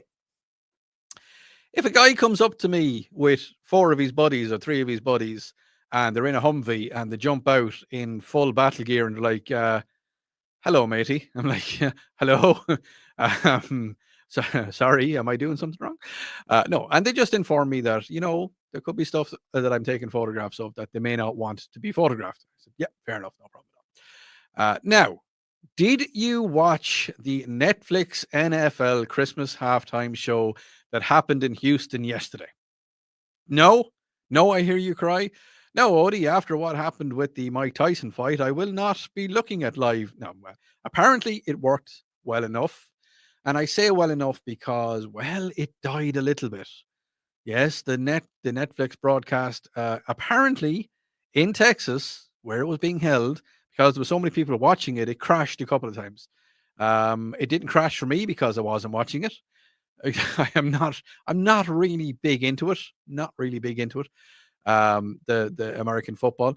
I've been to a few games, but here's the thing.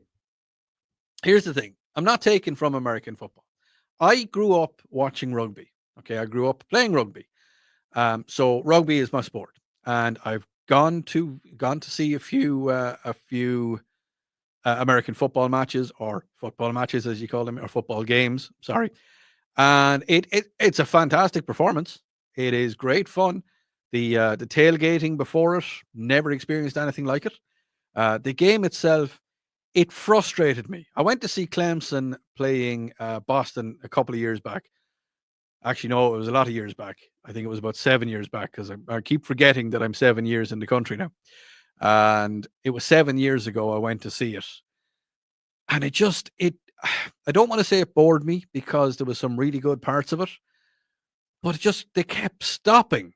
They kept every now and again, they just stopped proceedings because they wanted to go to a television commercial or they wanted to do something like, and I couldn't really follow the game fully. Like I knew the principles of the game, but because they kept stopping the play and there was timeouts and it was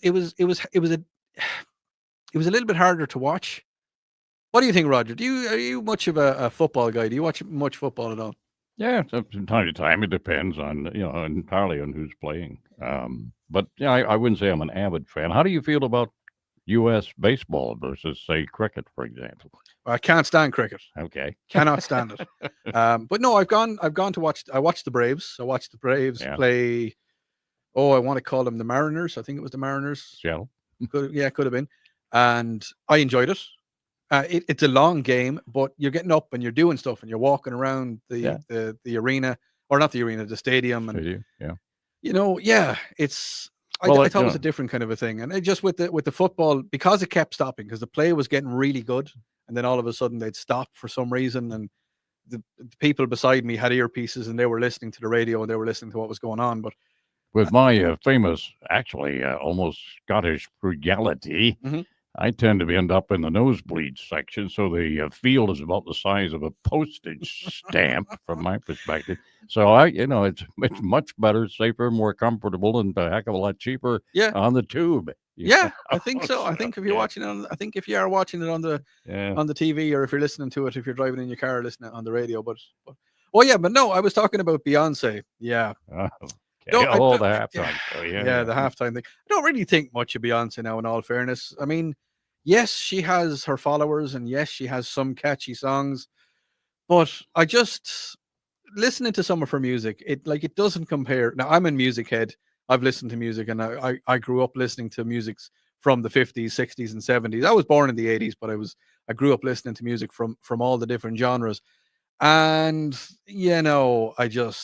it's not my kind of music, Beyonce's kind of music. It's repetitive. It's the same thing over and over again. It takes what, 5 producers and 6 directors and 7 songwriters. And I mean, you look at the likes of Queen and Led Zeppelin. There was 2 songwriters in Led Zeppelin, and they produced it themselves and they done everything. Beyonce she doesn't float my boat. Doesn't really float my boat. On the text line, Odie, no, can't read that one. Oh, but here's one. It's completely off topic, and we'll talk about it in a minute, about Irish TV over here in America. Someone said, Odie, do you like Mrs. Brown's Boys? Nope, can't stand it. You're listening to News Talk 98.9 WORD. This is the voice of the Carolinas.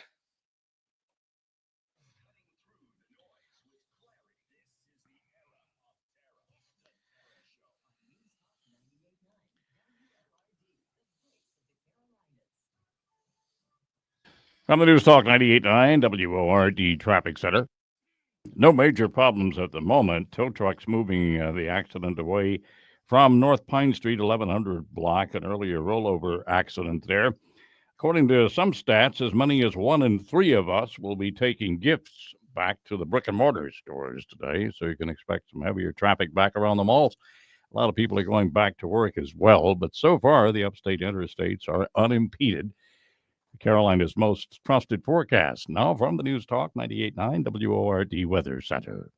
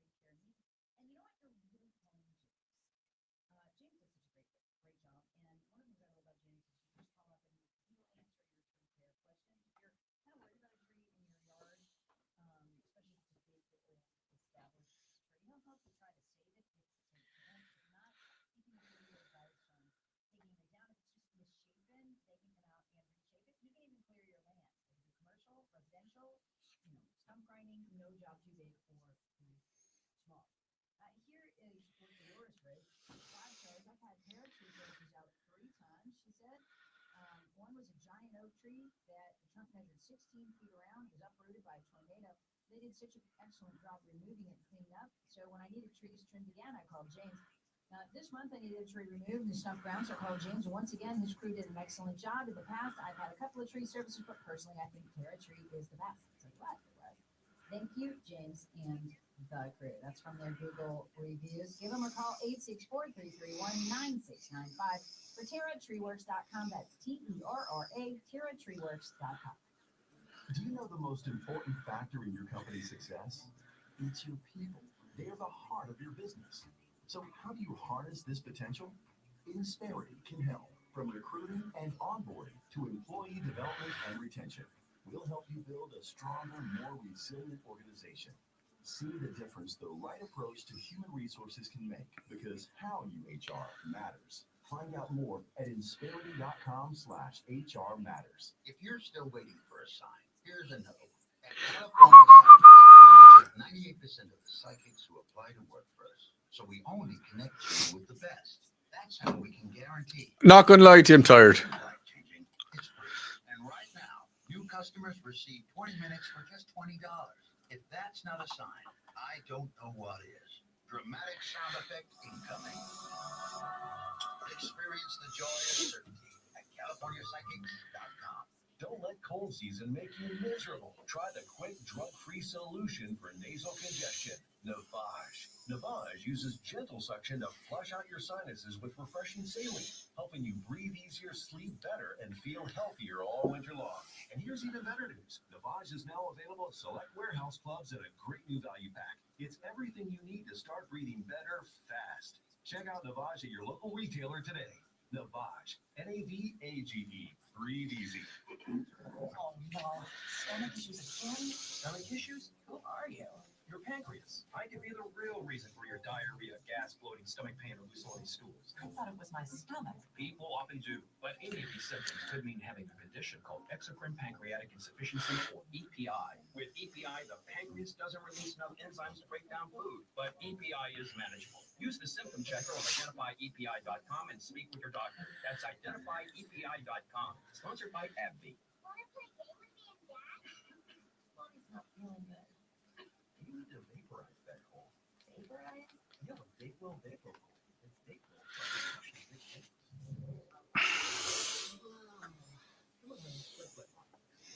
Guys are amazing. So is Dayquil Vapor Cold. Dayquil.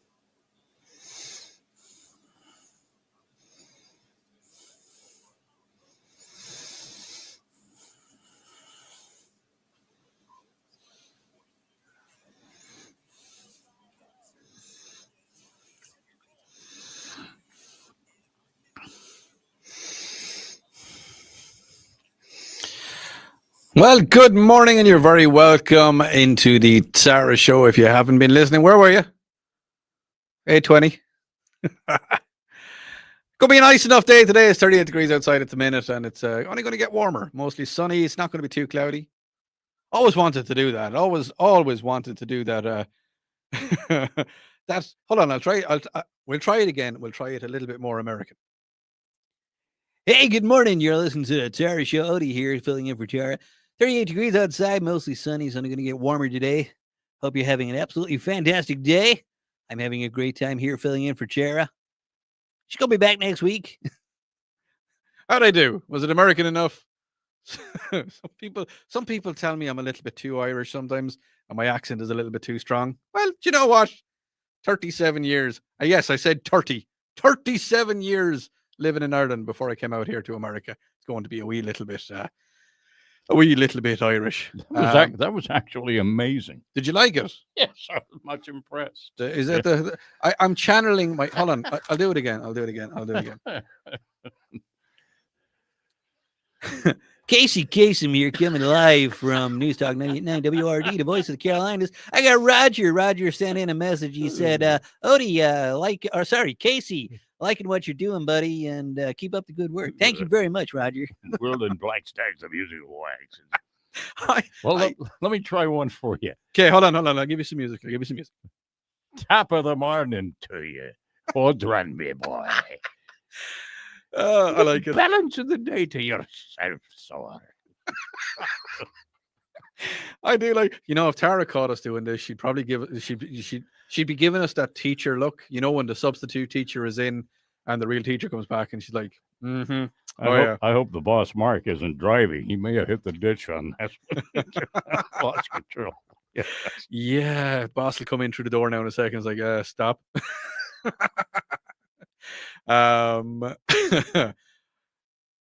the text line. Oh, I've opened a can of worms now. Odie, pretend you're speaking Dutch American. That'll help you. Okay. Odie, the American impersonation, loved it. Laughing my off. You added a D before every T. That's mostly the most of my accent. We were talking about taking photographs earlier on. No, not them kind of photographs. And a texter said, Odie, my Coast Guard ship was ported near the last diesel sub. Oh, that's pretty cool. Many, many years ago. The sub people said that told four of us that we could welcome to come aboard, but not to keep the cameras away. It was very interesting. Sub was very interesting. And the Navy crew was very, very nice. Yeah, I think there's a lot of slagging happens between the different armed forces, but it's kind of like, from what I can imagine, it's kind of like brothers and sisters. Okay. If you have, now tell me if I'm right or wrong, if you've been in the armed forces, if you have an older brother, okay, he is allowed to kick the ever living snot out of you. 100%. He will put the beat down on you whenever he gets a chance. He will call you any names that, he'll just make fun of you, and you won't be able to walk past him without getting, a dig in the ribs or something. Something like that will happen, and your older brother will do it. But if anybody else does anything to you, your older brother will be the first one there to hand out the beatdowns and to not let anybody else annoy you or touch you. Is that something similar? That the armed forces can, they can play and muck around with each other and have fun. And I said muck around with each other and have fun. Or is it a case of, no, don't you touch my little brother? I think that's the way it is. Odie, that was great, but Roger kind of scared me a little bit. Not at all. He's perfect Irish accent. Odie, you're a hoot. Well, I look like a bit of an owl, but yeah. Now, here's something I want to talk about. Just a little bit. There's something else I want to talk about in a second, but I want to talk about this. You're listening to me this morning. Are you in your car or are you at home? Do you have the radio box turned on in the corner and are you listening to me while you're having your breakfast? Or are you sitting in the living room, or you could be around. Now, is your dog or cat in the living room with you? The little dog, little cat, big dog, small cat, bobcat, whatever. I don't mind. Is it a male? Is it a male cat, male dog? Did you have the operation done to them? Was the little snip, snip, snip, snip done? It's a boy dog, but he's missing two vital parts. Still call him a boy dog, don't you? Yeah, still a boy, 100% a boy. And have you got a female dog, girl dog? Did you get her spayed? You said no. I don't think. I don't think I want to have little puppies running around the place, and I don't think she needs to have little puppies, and I don't want her to get pregnant, and that's fair enough. Spay and neuter your dogs. It's not a bad thing. Some people don't. I chose not to do it. I had my German Shepherd Duke. I had him for 12 years, and I never neutered him. I nearly got him neutered once. I nearly got the boys chopped off, but I didn't do it because he looked at me and he was like, "Oh, come on, Dad, don't do it." I was like, "No, not doing it." Well, he was booked in. He was ready. He was in the back of the car getting ready to go. Actually, no, we're going to walk down. And he just looked at me. He's like, "No, don't do it to me." I was like, "Nah, we're not going to do it to you." But he was still a boy. He's still my boy. He's still my Duke. And Finn is the same. Finn is my border collie. He's still a boy. He didn't get it done, but he's the boy. Well, President-elect Donald Trump, he's going to stop the transgender lunacy. And all I say is thank you. About time. And Donald only recognizes two genders, and it's going to be official policy. President-elect Donald Trump has vowed to immediately stop the transgender lunacy and make it official policy. And the only two genders that are going to be recognized are male and female. Donald says, with a stroke of my pen on day one, we are going to stop the transgender lunacy. And Donald Trump told his supporters at the America Fest 2024 in Phoenix, Arizona, that was on Sunday night, according to a video shared out. He said, I will sign executive orders to end child sexual mutilation, get transgender out of the military and out of the elementary schools and out of the middle schools and the high schools, he said, drawing cheers from the crowd. Under the Trump administration, it will be official policy of the United States government that there are only two genders, male and female. He continued that he has also vowed to keep men out of women's sports. That doesn't sound too complicated now, in all fairness, does it? What are your views on that? You know my views on that. Guys should not be in women's sports. Men, because they are men. What's that famous one? What's his name? The athlete, Jenner, Kris Jenner, still Kris Jenner. Am I right in saying that he's still got all the bits and pieces? He's got the wedding tackle, but he's a woman. How does that work? I am really confused when it comes to that. Did he? I'm going to say this again. Did he win Woman of the Year back a few years ago? That to me is a bit silly now, in all fairness. But no. Look it. For generations, for millennia, we had two genders, male and female. And look, I don't mind. If you want whatever you want to do with your life, that's fine. I don't mind. I don't care. You can call yourself a leprechaun if you want. Just don't make me call you it. I have no problem. You can do whatever you want to do with your life. It's your life. Don't make me do it. Don't make me call you this thing of what's your pronouns? Odie, that's my pronouns. The guy. I've got a beard. What do I look like? And as for men competing in women's sports, well, if you're not good enough to compete in a men's sport, maybe you should try and get better. What do you think about that? Try and get better, maybe? You're listening to News Talk 98.9 WRD. This is the voice of the Carolinas.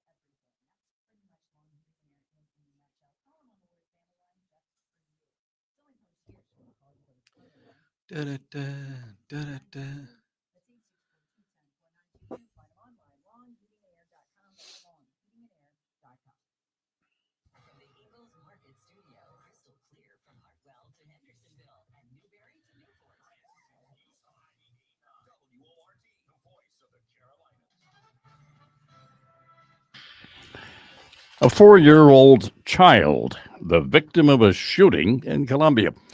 Good morning, I'm Roger Davis from the News Talk 98.9 WORD 24/7 News Center.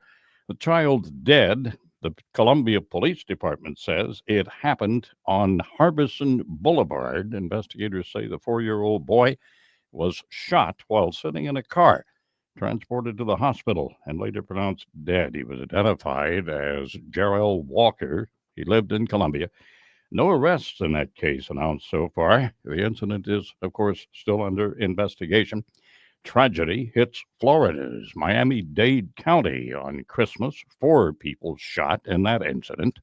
Christmas night turned nightmare for a group of people in southwest Miami-Dade as 4 were shot and rushed to the hospital. Advising that it was a charger, be advising that it has a victim. For an unknown reason, shots rang out. Police tell us that 3 of the 4 people who were shot were driven to Homestead Hospital by a friend. 2 of the 3 who were driven to Baptist Health Homestead Hospital had to be flown by a rescue chopper to Jackson South Medical Center because of the severity of their injuries. The police also say the shooter may be a woman who knew all of the victims. All of them are pronounced in critical condition. Anderson County Coroner's Office investigating the Christmas Day deaths of 2 people who had apparently overdosed on more than one illegal drug. That is the preliminary report on the case. The 2 found just before 6 p.m. yesterday at a house on Hamlin Road in Easley.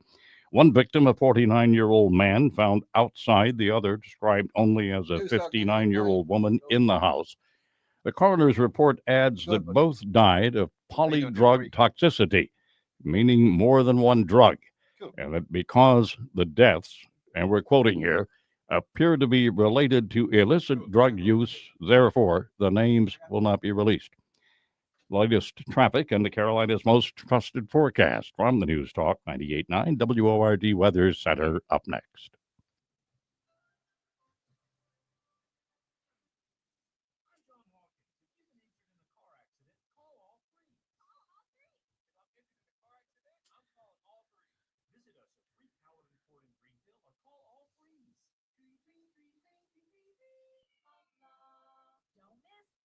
Celebration sale at Jeff Lynch. Save big store-wide, pay no interest until January 2027 only at Jeff Lynch Appliance and TV Center. $100 cash back on best in class Bosch dishwashers. Up to $300 in-store gift card with their best TVs. Sealy's Type Top or Hybrid Fern, your choice, only $488.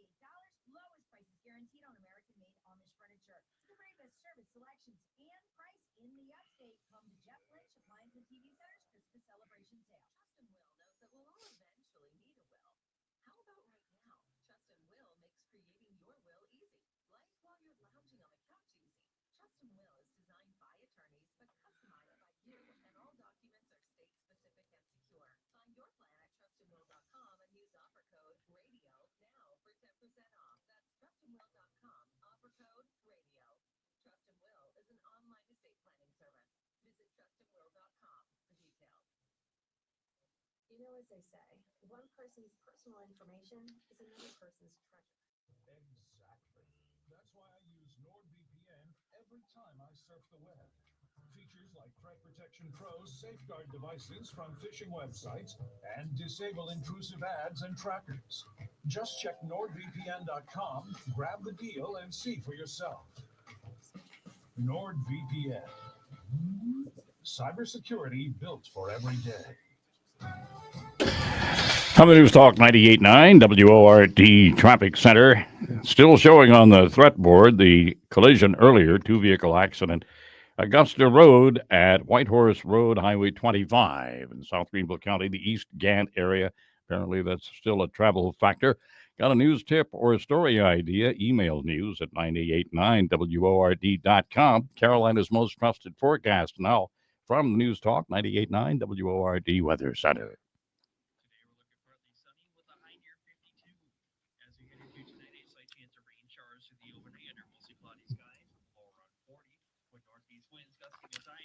Miles per hour. I'm meteorologist Jay Barsley from the News Talk 98.9 WORD Weather Center. In Furley, sorry about that, 39 degrees in case you missed that. I'm Roger Davis and Pearlie Rogers with the Tara Show on News Talk 98.9 WORD, the voice of the Carolinas.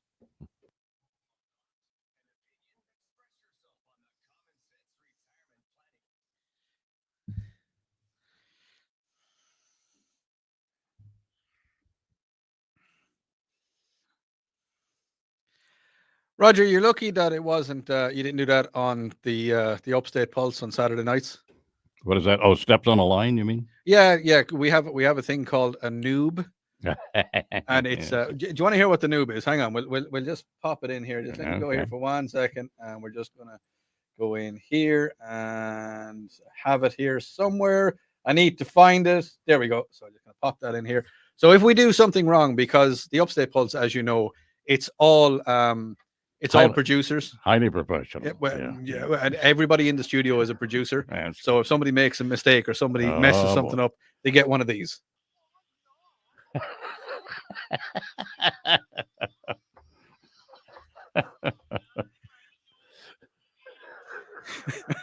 Yeah, we call that noobing somebody because they made a newbie mistake. But no, it's not a newbie mistake.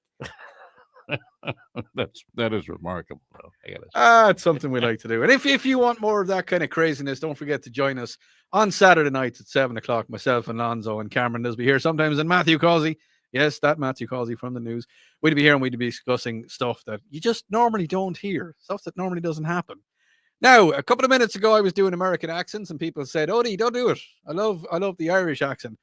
But David rang me up and he says, "Odie, you were doing the American accent. I want to try and do the Irish accent. So, what do you got, buddy?" Oh, I've got an Irish pickup line that I dreamed up when I was on the way to Blarney Castle. Now, remember, And, keep it very clean. Okay, Oh, there's it's kids safe. probably listening. Okay, go for it. It's very safe. As my wife is entirely tired of hearing this after almost 3 decades. Go on. I have been to Ireland. I have, and I kissed the Blarney Stone. I did, and I have. I kissed it twice, and I'd be happy to share one with you if you wanted. David, that's terrible. It is, and I do have to say that it hasn't worked at all. I can imagine. I can imagine. Thanks for taking the time for giving us a call, and a happy new year to you and yours. And look, keep working on the Irish accent. You'll get it at some stage. But yeah.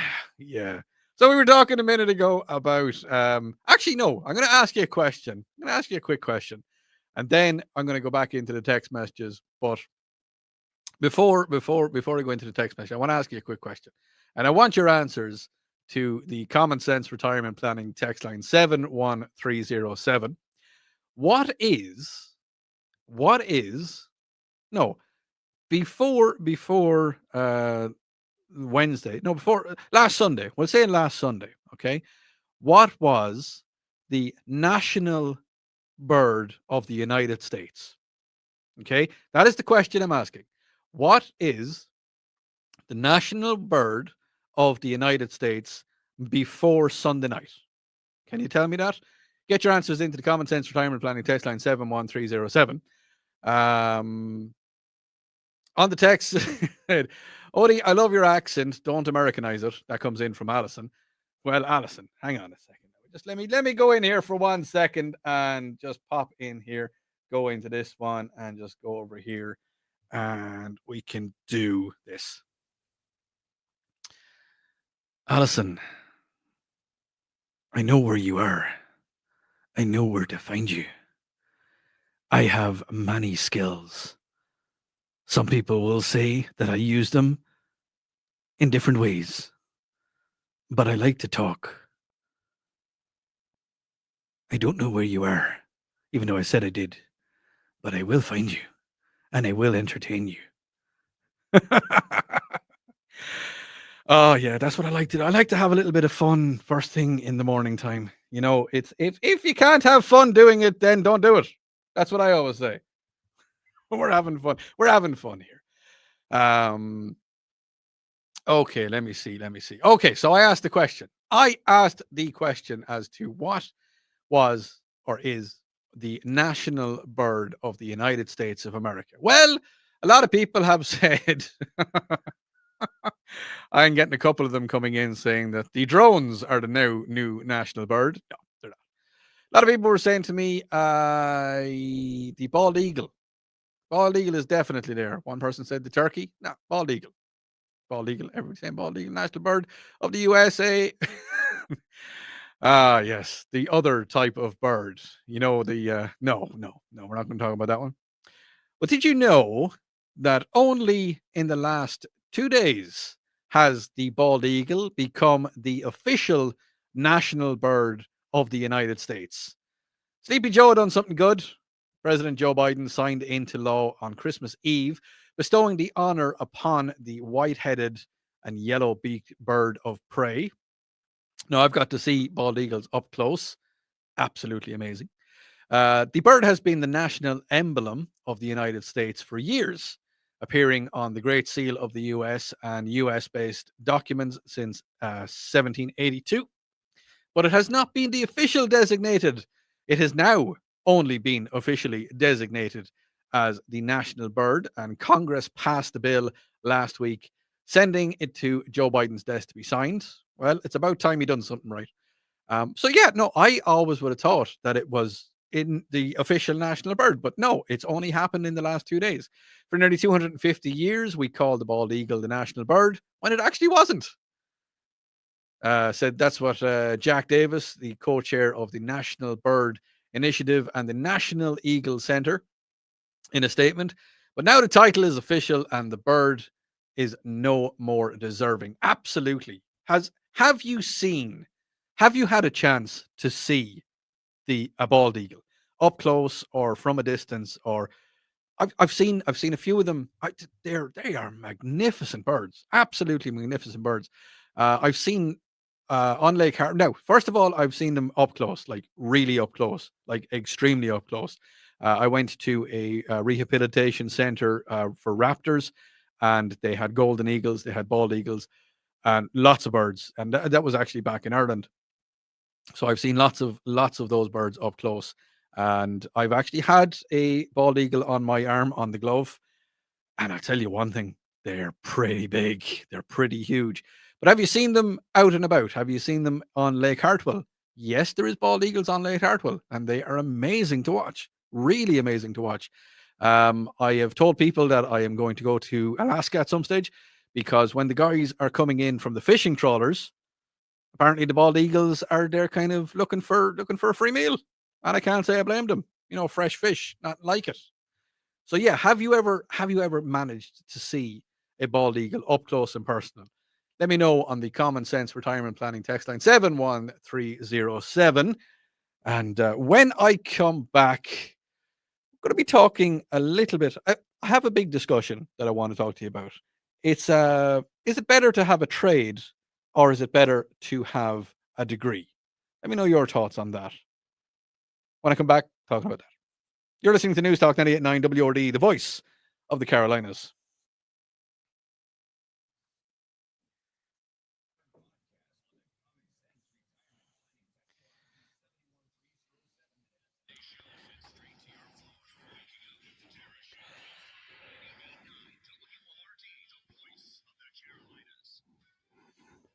From the News Talk 98.9 WORD Traffic Center, still have that persistent report of the accident in the clearing stages still at Augusta Road and Whitehorse Road, Highway 25 in East Gant.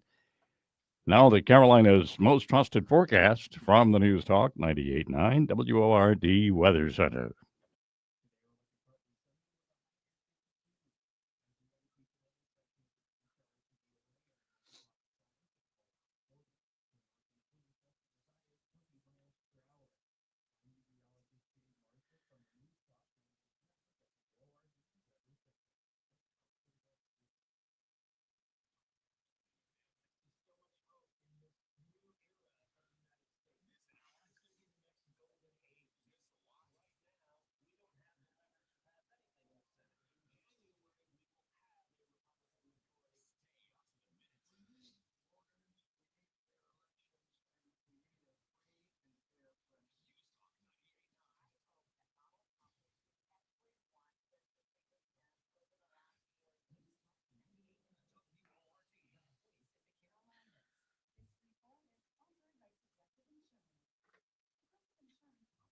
News Talk 98.9.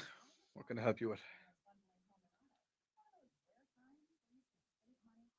Yeah. What you got, Scott? Yeah. Okay. Hang on. We'll get you on, Scott. Hang on.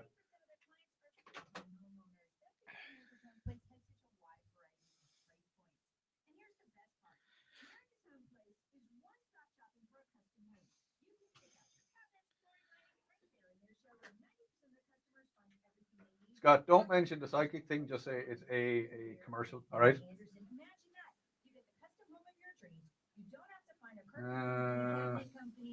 Everything's right there. It gets better. Yeah. This isn't some year-and-a-half long process. Once you go through the design process with them, build times average 4 to 6 months. And All right. Just stay on. Yeah. Stay on the line. We'll do it PC. All right. All right. Hang on, Scott.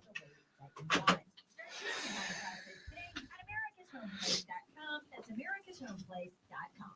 If you've been putting off a visit to PhD Weight Loss, now's your time because it comes with an amazing free gift. Joey Hudson here. During December, the founder of PhD Weight Loss, Dr. Ashley Lucas, is giving the first 100 people to sign up for a consultation a free weight loss and energy supplement bundle. What a great gift. Do what I did. Take control now before heading into the indulgent holiday season. Get a grasp and avoid the holiday pound. I dropped over 30 pounds, and I'm not worried about parties and overeating because my PhD coach taught me coping mechanisms to help me enjoy holiday events without gaining the weight. Best of all, I never took a weight loss drug. I'm not dependent on a prescription. And I was never hungry. PhD weight loss is not about depriving yourself. Use the awful belly fat. Hey, Scott, I got the big thumbs down on that one. So, yeah, can't, unfortunately. Go on, tell me really quickly. Call 864-644-1900. That's 864-644-1900 Yeah. or go Uh-huh. to PhDweightloss.com. Exactly. They know that we're going to get rejected anyway. Oh no! Oh, we've talked about that. We've talked about that many times. Yeah, we've talked about it. Listen, I gotta go, buddy, and thanks for the call. I really appreciate it. All right, thanks.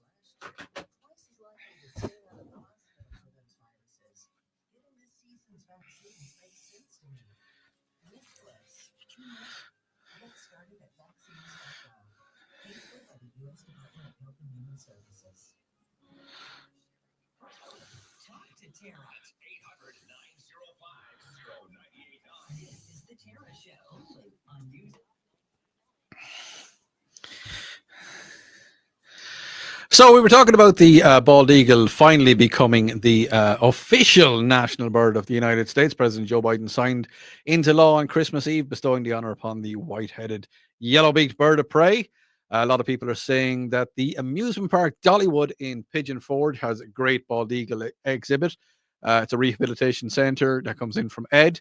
And bald eagles are in the North Greenville County. I think there's a lot of places around. Odie, bald eagles are in the area where South Carolina, Georgia, and North Carolina meet. Though I don't know if they survived Hurricane Helene. The thing about that is, and I don't want to say yes or no or anything indifferent, is that a lot of animals can sense a lot of bad weather, inclement bad weather, incoming bad weather. So I think they get out Dodge if they can move. And obviously eagles have a very, very, very wide area which they can travel. So I believe a lot of them stay safe. And I actually saw a bald eagle on Hartwell yesterday. I was on the lake for a couple of hours. And yes, no, so there is a few around. So yeah, there's always going to be a few around. Odie, what was the official bird before the bald eagle? I don't think there was an official bird. I know Ben Franklin wanted it to be the turkey, which is fair enough. I mean, listen, turkeys are mean. Turkeys are pretty mean. Like if you get close to a turkey can mess you up. Yeah, it can. Odie, much better to have.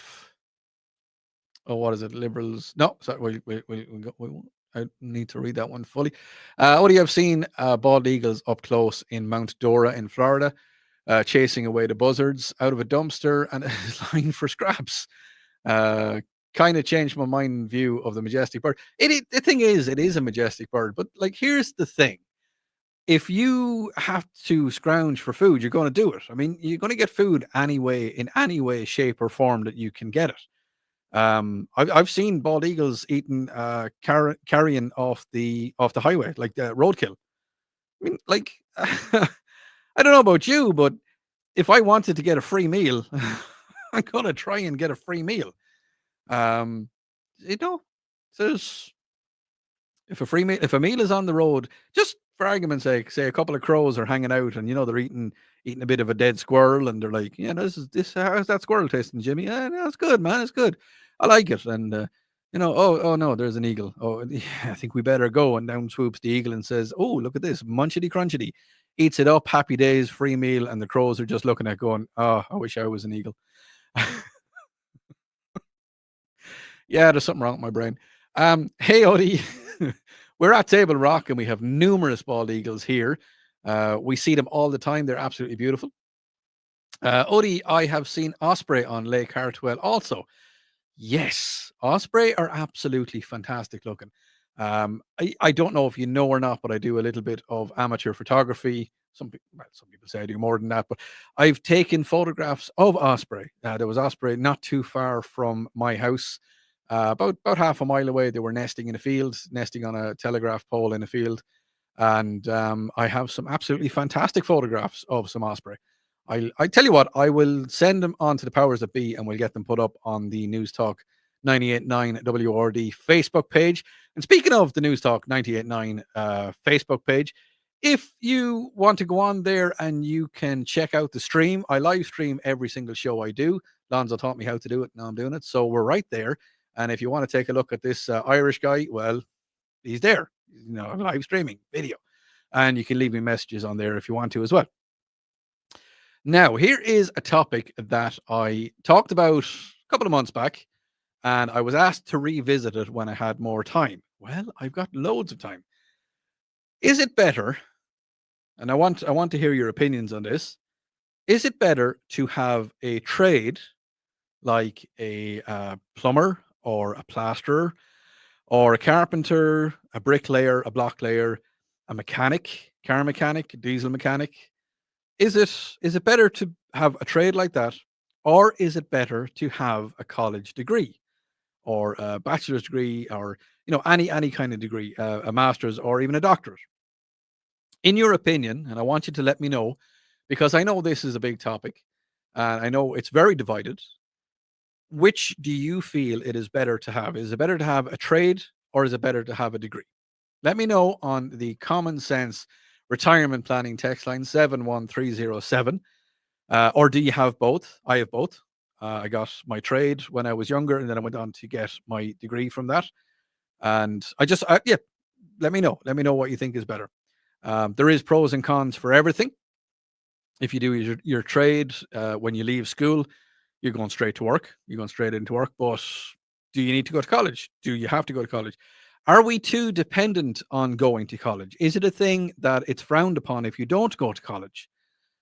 A lot of people, an awful lot of friends of mine didn't go to college, and they're living very good lives for themselves.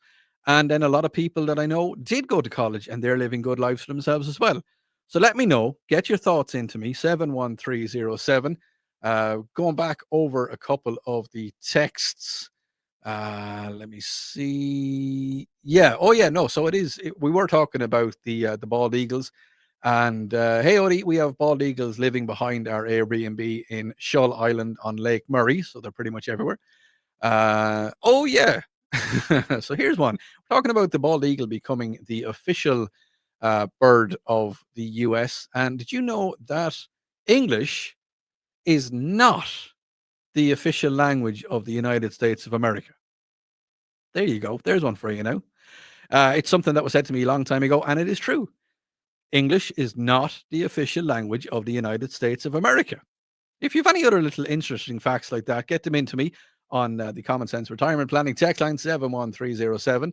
And as I said, I'm going to be, when we come back from the news, I'm going to be talking about whether it is better to have a trade or it is better to have a degree. You're listening to News Talk 98.9 WORD. This is the voice of the Carolinas.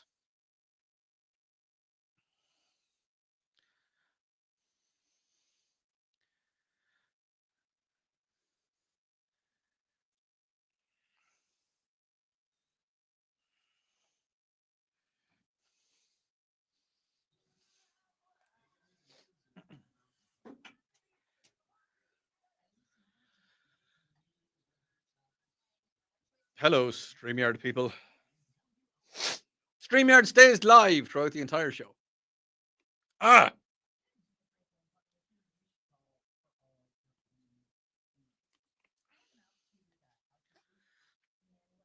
Gatorade.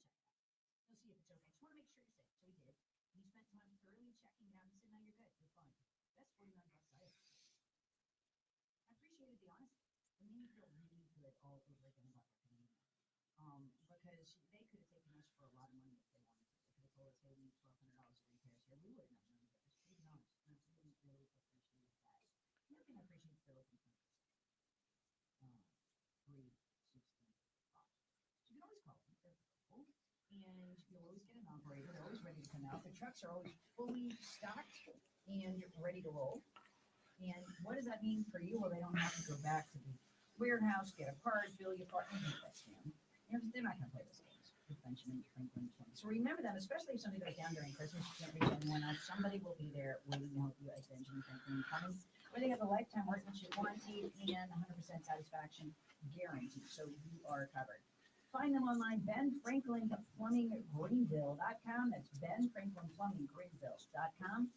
Get in touch with them, Ben Franklin Plumbing Greenville.com. We're on a mission to get everyone high-quality health insurance and better health. We have plans with low out-of-pocket premiums. Go to ambetterhealth.com/enroll for your free, no-obligation quote. Ambetter Health, on a mission for better. Ambetter Health is a brand new piece of products and services provided by one or more of the wholly owned subsidiaries. For qualified health plan issuers who is indicated at ambetterhealth.com. Ambetterhealth health insurance plans contain exclusions and limitations. This is a solicitation for insurance. For more information, visit ambetterhealth.com.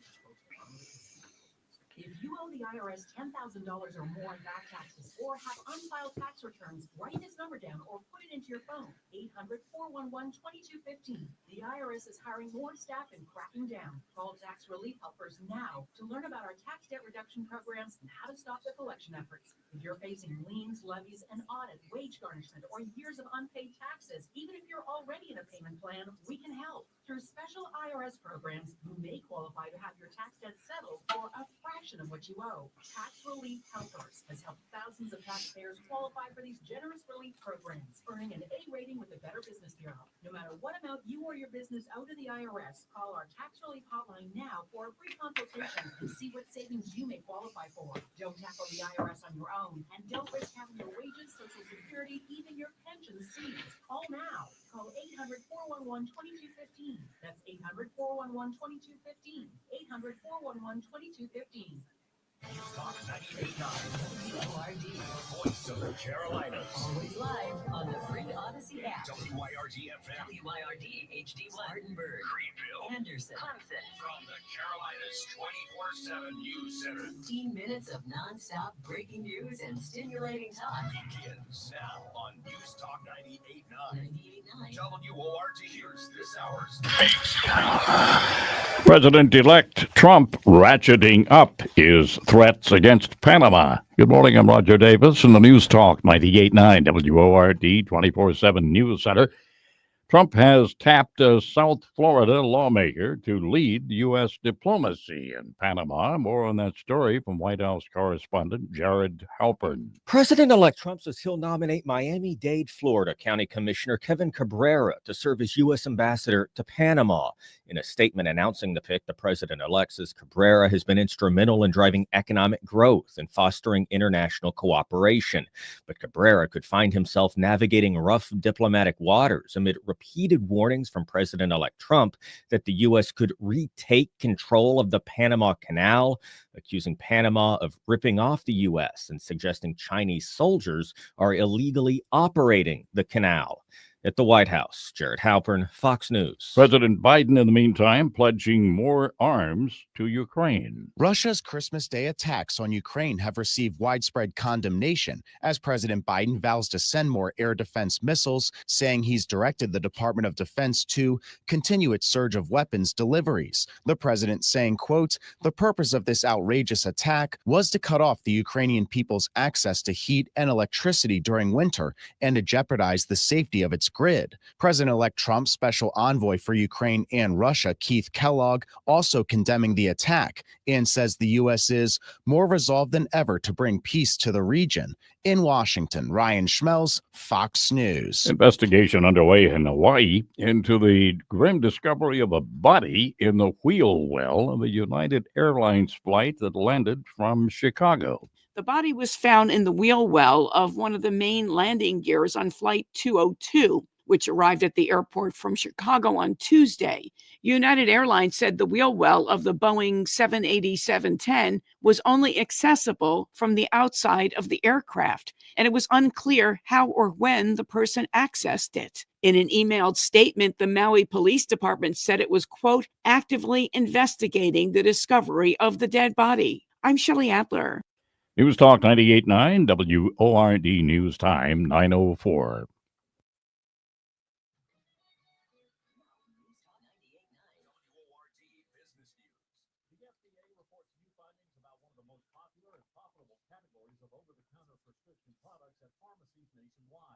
All decongestants are not created equal. According to government researchers, can do more harm than good. In November, the FDA formally proposed eliminating the use of phenylephrine in oral medications after extensive review. But the removal process could take a while to finalize because drug makers and government regulators can potentially go back and forth for years. Right now, oral phenylephrine medicines account for more than $1.6 billion in sales each year. Experts recommend alternative therapies, including saline drops and rinses and over-the-counter nasal steroids, but only after you have consulted a doctor. Anna Aliopoulos, Fox News.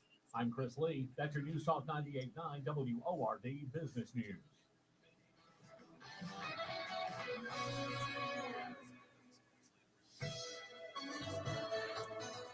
Now, the Carolinas' most trusted forecast from the News Talk 98.9 WORD Weather Center.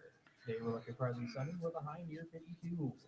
As we head into tonight, a slight chance of rain showers with the overnight under mostly cloudy skies with a low around 40, with northeast winds gusting as high as 20 miles per hour.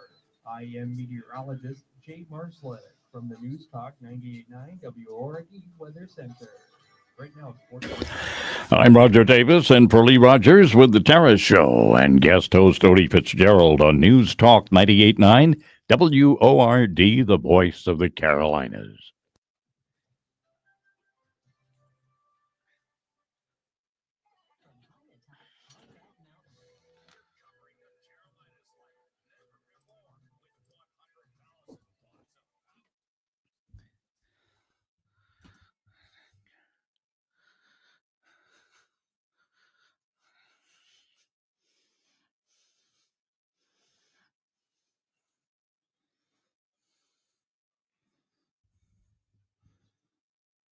Good morning, and you're very welcome back to the Tara Show. Odie Fitzgerald filling in for Tara as best I can. Tara will be back next week, ready and raring to go after her Christmas break.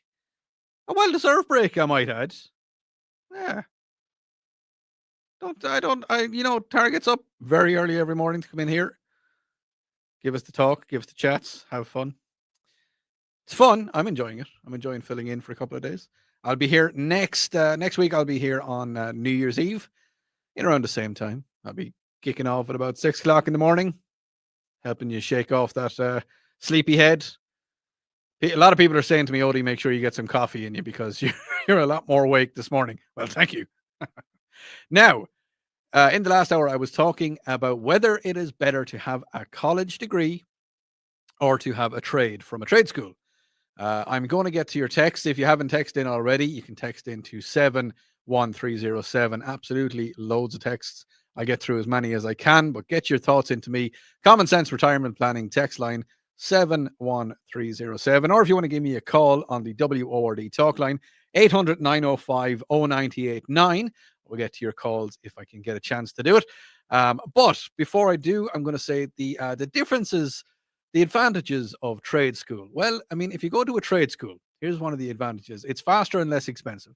Trade schools are often have shorter programs and lower tuition costs compared to traditional four-year colleges. There's high demand and job security.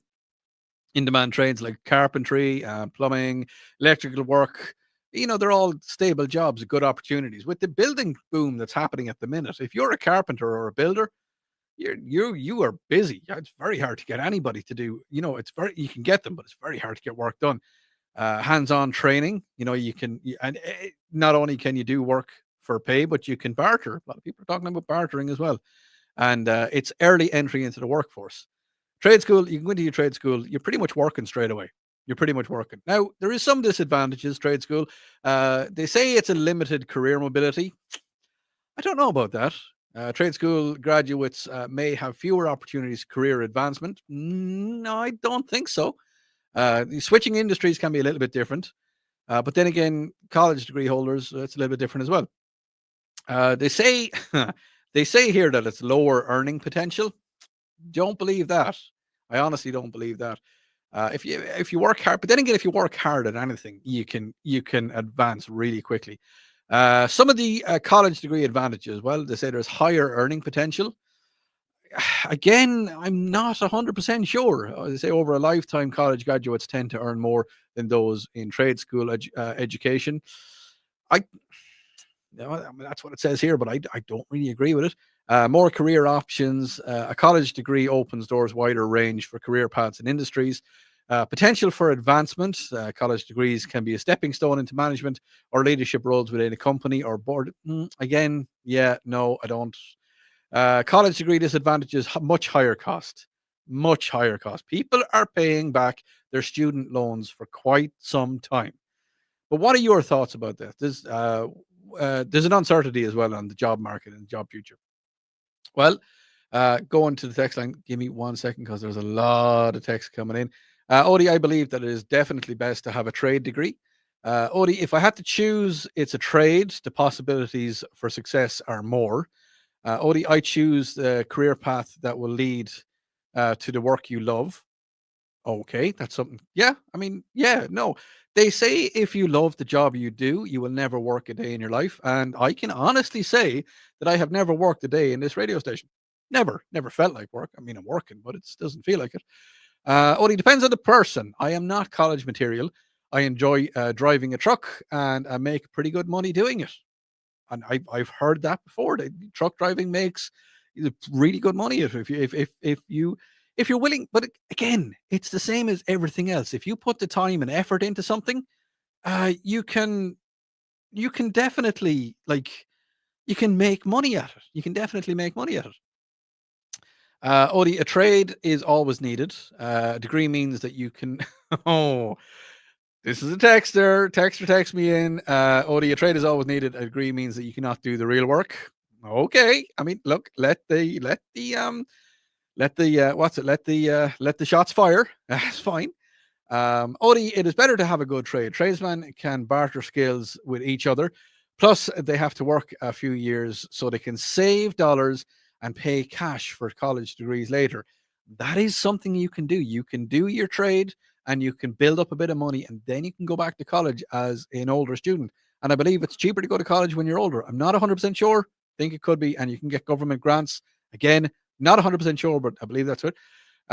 Good morning, Odie. I spent 5 years as an electrical apprenticeship and I have been electrician for over 20 years and I would not change it. There you go. Odie, I used to have trades, but now too many illegal immigrants do them. It's harder to find one that pays a livable wage nowadays. I think the Donald is going to sort that one out for us. Odie, I think a trade versus degree question is a hard one to answer. Yes, it is. They both can be good or bad, and I think it is really dependent on the end goals. So I think that there is way too much into having a good degree that isn't for everybody. if someone is going to get a useless degree, there's no career opportunity. That is true as well. If you have a terrible degree, then there's no point in having it. Good morning, Odie. Being in law enforcement for 37 years now, including my first 8 years as a military police officer, completed my bachelor's degree a decade ago, and I would definitely tell my 18-year-old self, learn to be a carpenter or a mechanic or an electrician. Okay. If you could talk to your 18-year-old self, what would you tell him or her? If I talked to my 18-year-old self, I can honestly say, do what you're doing. Stay at it. Because if I had changed my mind about some different things, then maybe I wouldn't be here. Maybe I wouldn't be sitting here in just outside Greenville in South Carolina, talking to you on this not a bad morning. Looking out, it's not too bad outside. Odie, good morning and Merry Christmas. Thank you very much, and a Merry Christmas to you. Odie is your local blacksmith here in the Greenville, South Carolina. I feel trail schools are on the rise. Of what's new generation is going to be in a higher. Instead of being higher demand instead of being overlooked. Sorry, the texts come in a little bit strange sometimes. Odie, I have a 4-year degree in the process and no income, and a 2nd-year technical degree that gives me a stable 6-figure income. There you go.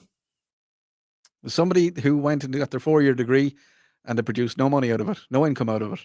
2-year technical degree. What's Texter 770? What is your degree? What is your technical degree, and what is it? You can, if you don't want me to tell anybody else, I'm just curious for myself. Odie, trade schools are definitely better, and it just keeps going on and on. There's lots of them. Odie, we're talking about the bald eagles again. Went to Greer in the San Diego and California, seen bald eagles everywhere. Odie, depends on the person, really, since some people can't decide whether they want to work at this point as trade school is a better option. I'd see that's what I did. I went, we do have trade schools in Ireland. I studied as a toolmaker, and I went on then, once I finished my tool making, I went on to become a mechanical engineer. But it was a stepping stone. And it went on. And I've always worked in radio as well. It's always been a kind of an extracurricular, and it's something else. But I went on. I've lots of different degrees. I've sound and vision degrees and all that fun stuff.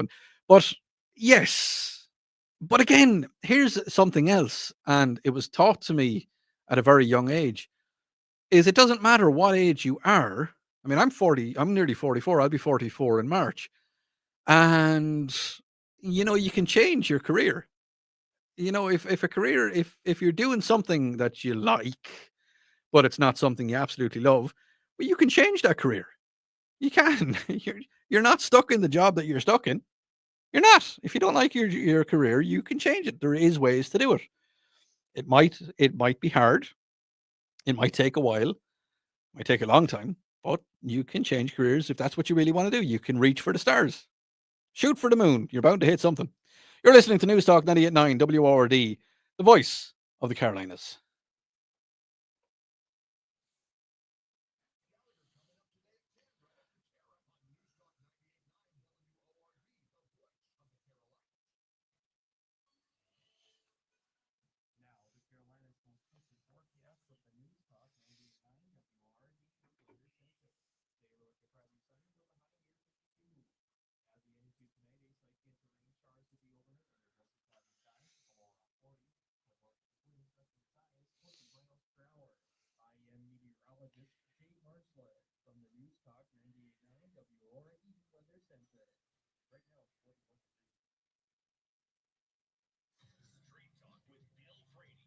Now the double standard is really out there. But it goes back decades. It goes back to the 60s. And it has evolved to be succinct. It's not accurate anymore. Now, what I'm talking about is the old saying that if it were not for double standards, they wouldn't have any standards. Democrats don't have double standards. They just make it up as they go. There's no standard at all. Straight Talk with Bill Frady. Now weekdays noon to 3. News Talk 98.9 WORD, the voice of the Carolinas. Everyone wants certainty in retirement. One one of the few ways to achieve that is to create your own personal pension plan. Let Philip and Tony help you create a common sense retirement roadmap. They're the Upstate's original retirement planners. The election coming up is a huge unknown. Now's the time to use this window of opportunity to get a common sense retirement roadmap. Look, the stock market is a store and pause sea. Now's the time to manage the volatility, protect your assets with a tactical approach. So that no matter who wins in November, what the future holds, you need to know you'll have a secure income with reasonable rates of return. Make your appointment for a free, no obligation consultation. They'll show you the results they've gotten the last 2 decades for WORD investors. Listen to their podcast, find their contact information. CSRP.info. That's their website. CSRP.info. Securities offered through Madison Avenue Securities member FINRA SIPC. Investment involves risk. All guarantees refer to insurance products backed by the claims paying ability of the issuing company. I'm State Treasurer Curtis Lawrence. Whether it's becoming a teacher, dentist, or engineer, every child deserves a chance to chase their dreams. Investing in a child's education with Future Scholar, South Carolina's 529 college savings can help turn those big dreams into next steps. So don't wait. Lots and lots and lots and lots and lots of topic.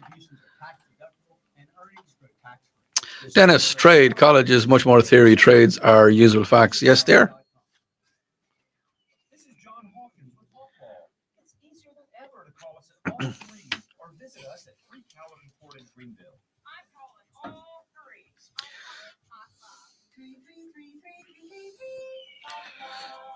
Hey, Jimmy Fallon here with a quick listening tip for you. If you miss Fox Across America or any of your other Fox News favorites, do not worry. I got you covered. You can stream previously aired shows with Rewind, available exclusively on the free Odyssey app. If you're busy work days, it doesn't mean you have to miss out on the news. Listen to your favorite shows. Download the free Odyssey app and search for Fox News Radio. That's Odyssey, AUDACY. I'm spelling it out in case you're a little slow like me. Weather this hour is sponsored by Insperity.com, because how you HR matters. Do you know the most important factor in your company's success? It's your people. Insperity can help you harness this potential, because how you HR matters. Find out more at Insperity.com/HR matters. Oh no, stomach issues again? Stomach issues? Who are you? Your pancreas. That could be the real reason for your diarrhea, gas flow, stomach pain, or the stools. All right, let's do radio. Could mean having a condition called exocrine pancreatic insufficiency, or EPI. With EPI, the pancreas doesn't release enough enzymes to break down food, but EPI is manageable. Use the symptom checker on identifyepi.com and speak with your doctor. That's identifyepi.com. Sponsored by AbbVie.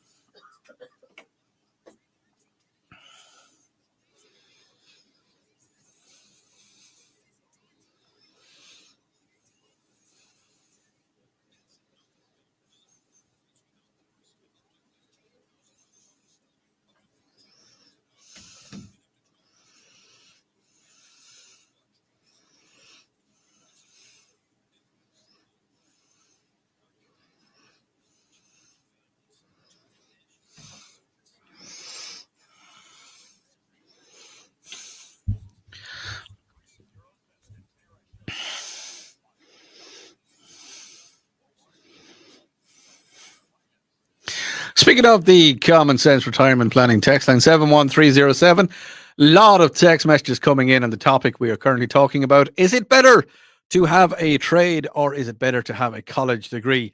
On the stream, also, you can stream me live on the WORD Facebook page, on my own Facebook page, OD_Fitzgerald as well. ODI, that's what it's spelled, there's no E. Dennis on the stream said, trade college is too much theory. Trades are unusable fact. No, usable fact. On the text line, it said, without trades, other jobs are not possible.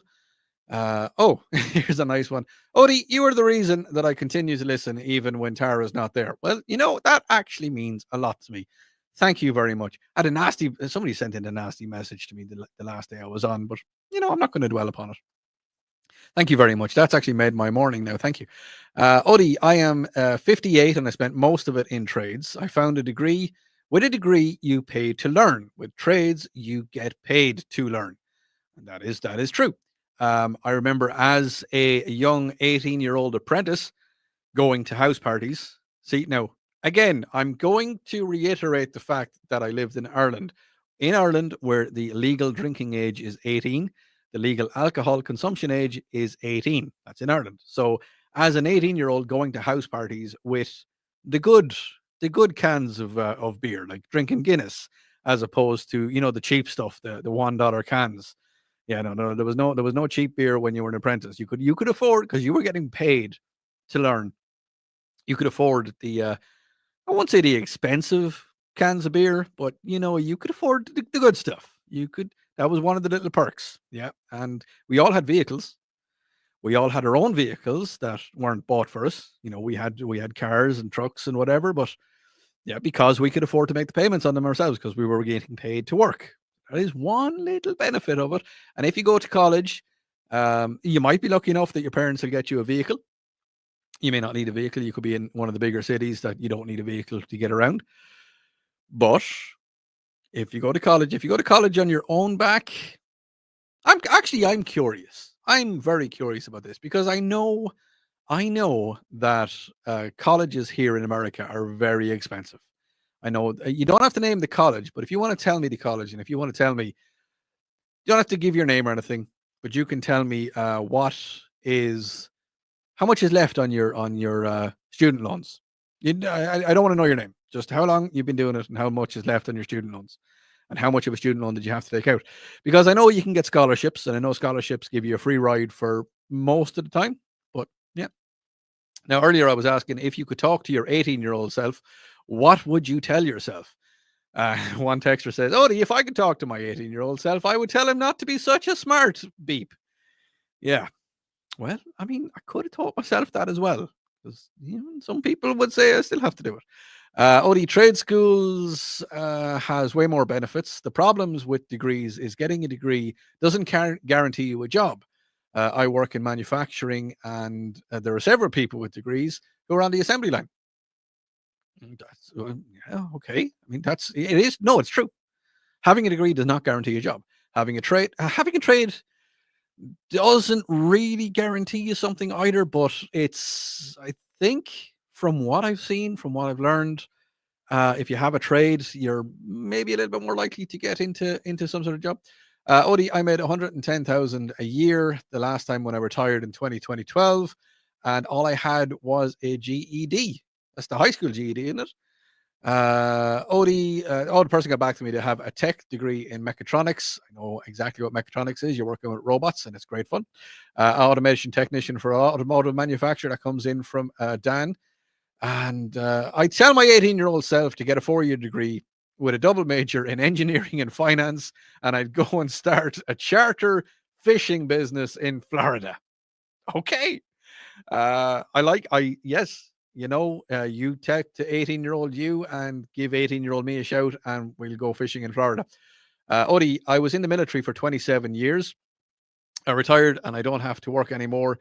But that period of time was also able to get me an associate's degree, and I had no regular desire for a bachelor's degree, and I wanted to better myself. So that's why I kept going in schools between deployment and what have you. So yeah, so you could learn. Only depends on who you are. Yes, it does. 100% depends on who you are. And you can get lots of different degrees. I'm in a trade, and I make a day in what people make I make in a day what some people make in a week. Okay.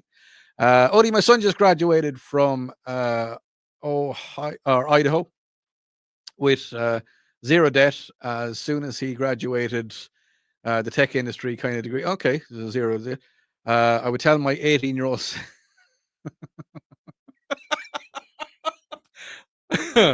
Odie, I would tell my 18-year-old self to avoid my first two wives. Fair enough. Cody, I would tell myself, no, it's Odie. It's Odie. Cody, I would tell myself to rent. No. Yeah. No, I'm not going to finish that one out. Odie, 50-year-old director of engineering with 2 years of school and 0 student loans, work my way through school. There you go. Odie, if you have a trade, you'll never be unemployed. That's what everybody seems to be telling me, is that you're never going to be unemployed if you have a trade. And from what I gather, everybody wants to go the trade route. Everybody's telling me the trade route, and there's not too many people. Sorry, the text. Oh, listeners, I absolutely love the stuff that you say to me. The trade route seems to be the way to go. And I'm going to finish with this one last text before we go to the news.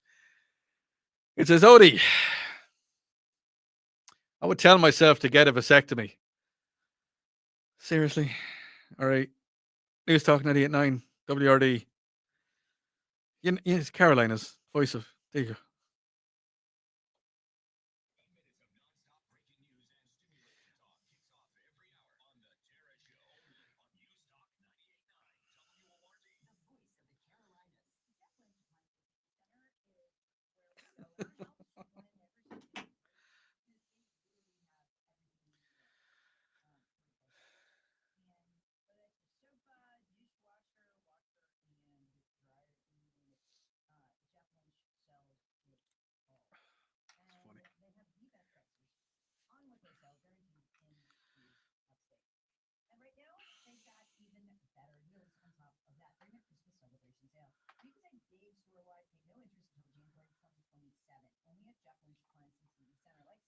An additional 22% on America's best recliners by Brady and Young.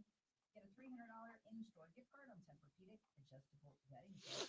And the lowest price is guaranteed on all American-made Amish furniture. Just some of the deals right now. So for the very best service, selection, and price, come to Jeff Lynch Appliance and TV Center's Christmas celebration sale. From the Eagles Market Studio. Hey, Powdersville, Pendleton, Simpsonville, and Greer. We've got you covered. This is News Talk 98.9 WORT, the voice of the Carolinas. Dozens of new laws signed by President Biden. I'm Roger Davis in the News Talk 98.9 WORD 24/7 News Center. The president signed the bills before his year-end visit to the U.S. Virgin Islands. Fox News' Jared Halpern from the White House. The president put pen to paper, signing 50 bills into law on Christmas Eve. The mostly bipartisan measures include renaming post offices and federal buildings and enacting tougher rules for rehab and behavioral institutions for teenagers. Socialite and actress Paris Hilton lobbied lawmakers to pass the Stop Institutional Child Abuse Act and testified to Congress about her own experiences at those institutions.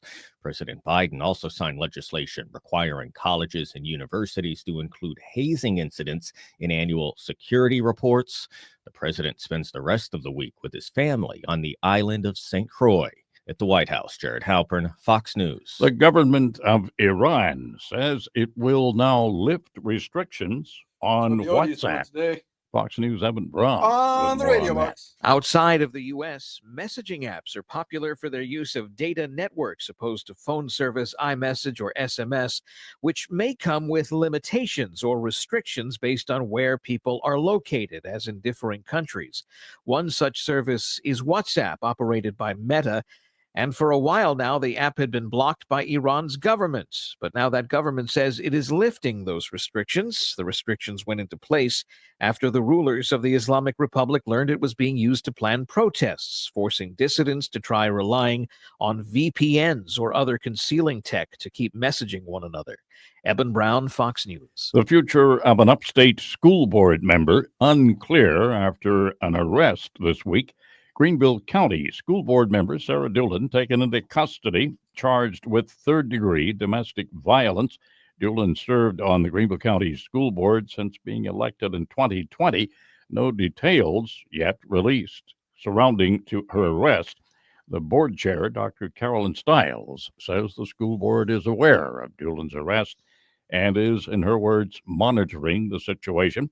The Carolinas' most trusted forecast from the News Talk 98.9 WORD Weather Center is next.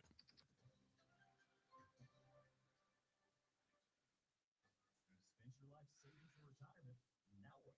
How do you know you have the right team for this next chapter? We invite you to join us for Stop Worrying, You're Retired, powered by North Star Financial and Retirement Plan. Saturday mornings at 8 here on News Talk 98.9 WORD. Do you know the most important factor in your company's success? It's your people. They're the heart of your business. So how do you harness this potential? Insperity can help. From recruiting and onboarding to employee development and retention, we'll help you build a stronger, more resilient organization. See the difference the right approach to human resources can make, because how you HR matters. Find out more at insperity.com/HR matters. Prescriptions require an online consultation with a healthcare provider will determine if appropriate restrictions apply. See website for details and important safety information. Subscription required. Price varies based on product and subscription plan. Hi, I'm Dr. Peter Stahl, board-certified urologist and senior vice president of men's sexual health at HIMSS. In my 12 years of practice as a reproductive urologist, I've helped many guys with ED, and it has never been more convenient to treat than it is right now, thanks to HIMSS. It really wasn't easy before. You had to take time out of your day, come to a physical office, and see a specialist like me in person. Now, through HIMSS.com, you can get world-class sexual health care and a full range of treatment options for ED through a 100% online process. It starts with a free assessment from a medical provider licensed in your state who can determine if ED treatment is right for you. If prescribed, your medication is shipped to you for free. So don't wait. Join the hundreds of thousands of guys who've gotten help for their ED failures. To start your free online visit and find ED to 95 Tired now. brand name prices, go to hims.com/joy. That's hims.com/joy for your free online visit. Now, the Carolinas' most trusted forecast from the News Talk 98.9 WRD Weather Center. Today we're looking partly sunny with a high near 52. As we enter tonight, a slight chance of rain showers could be overnight under mostly cloudy skies with a low around 40, with northeast winds gusting as high as 20 miles per hour. I am meteorologist Jay Marsland from the News Talk 98.9 WRD Weather Center. Right now, it's Got a news tip or story idea? Email news@989word.com. I'm Roger Davis with the Tara Show and guest host Odie Fitzgerald on News Talk 98.9 WORD, the voice of the Carolinas.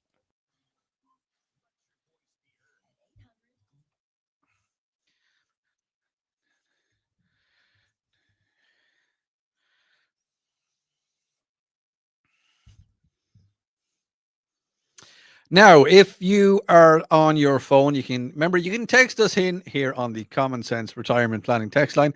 Anything you want to talk about, if you can comment on anything that I've been talking about this morning, absolutely anything. We've been talking about whether it is better to have a degree, a college degree, or a trade, a degree from, or have a trade, a degree from a trade school, if you want to call it that. And what I'm seeing, everybody is pretty much saying to me that the trade seems to be a lot easier and a lot better to get into. Odie, my GED found my way into trade school and earned six figures. Oh yeah, got a GED, got into trade school, and now six figures on the electrical industry. Odie, 2 years associate's degree, and sent to a university, and 1 year in beauty school, and the latter is the one that makes me the most money. So I think there's a big push. I think there's a massive push on kids to do a college, to go to college. I think there's a massive push, and I think it's almost frowned upon if you say that you're not going to go to college, you're not going to go to university. I think the way society has gone is that everybody thinks that they have to get a university degree. Maybe that's just my thoughts on it. I'm not sure, but that's roughly what I'm seeing as well. But what I'm seeing is a lot of people are very happy working in trades, and if you have both, well, the best of both worlds. Now, do you have a disabled license or disabled tag? I'm not. Listen, I don't know what they're exactly called here in the US. In Ireland, we call them the disabled tag. It's the wheelchair tag, and it means that you can park in disabled areas, wheelchair accessible areas. Do you have one on your vehicle? I want to talk about this because I saw something happen a couple of days ago. It was about a week ago, maybe a little bit more. And there was a vehicle. It's the minivans, and they were trying to park in a handicapped or disabled area, whatever you want to call it, a wheelchair accessible parking space. Now, there was 2 vehicles parked in the 2 spaces that were available. And I just happened to look at them, and there was no tags, no stickers on the vehicles that were taking up the spaces. And I just looked at it and I was like, should you be parked there? Are you supposed to be parked there? And I happened to be walking, as I was walking by, the person that needed to use one of those spaces couldn't. They couldn't get into one of those spaces. Now you may be thinking to yourself, but they can just park anywhere they want. They don't necessarily have to park that close to the supermarket. Or it was actually a supermarket. It was a chain of supermarkets. But that's not the reason. That's not the reason that they are where they are. Yes, it does help some people that are a little bit infirm or unsteady on their feet, or if they're using a wheelchair or they're using crutches or walkers. It's a shorter distance for them to have to walk. Okay, and I would never begrudge somebody. It's the same with the mother and infant spaces. I mean, I'm a dad of a 4-year-old, and I've seen my wife. My wife was absolutely fantastic at getting the stroller out and assembling it with one hand, holding the kid, and putting everything together and walking in. But the thing you may or may not know about disabled parking spaces is that they're bigger than normal. They're wider than normal. And the reason for that is that a lot of people that use these disabled handicap spaces, they need a bigger vehicle because they've got their wheelchair in the vehicle. I know quite a few people who have they don't have the use of their legs and they need to use a wheelchair. And they keep the wheelchair in the passenger seat beside them or in a storage area beside them. So they open their door, take out the wheels, put them onto the chair, put it down beside them, jump into their wheelchair and close the door. But they can't do that in a normal parking space. So if you have one of the okay, so it's a handicap sticker, handicap plates. Thank you very much, Texter. I really appreciate that. I wasn't too sure of the word, but it's a handicap plates. If you have a handicap plate, has it ever been a case where you haven't been able to park, or someone has parked in your spot that shouldn't have? It's the same with veterans. I know veterans have designated parking areas. Have you seen vehicles parked there? And what would you do? Would you walk up to the vehicle and would you say, "Excuse me, you shouldn't be parking there"? What would happen? What would happen, do you think? Or has it been a case where you have parked in? I had a person that was talking to me only 2 or 3 days ago, and they have a minivan. It's a pretty big minivan, and it uses the big space, but it's not for them. It's for their kid. Very good friend of mine. His kid needs a wheelchair, and they've said to me sometimes when they're getting out, people will say to them, "Oh, you don't look like you need to be in that parking space. Or you shouldn't be in that parking space." And then they open up the door and out pops the wheelchair and my little buddy.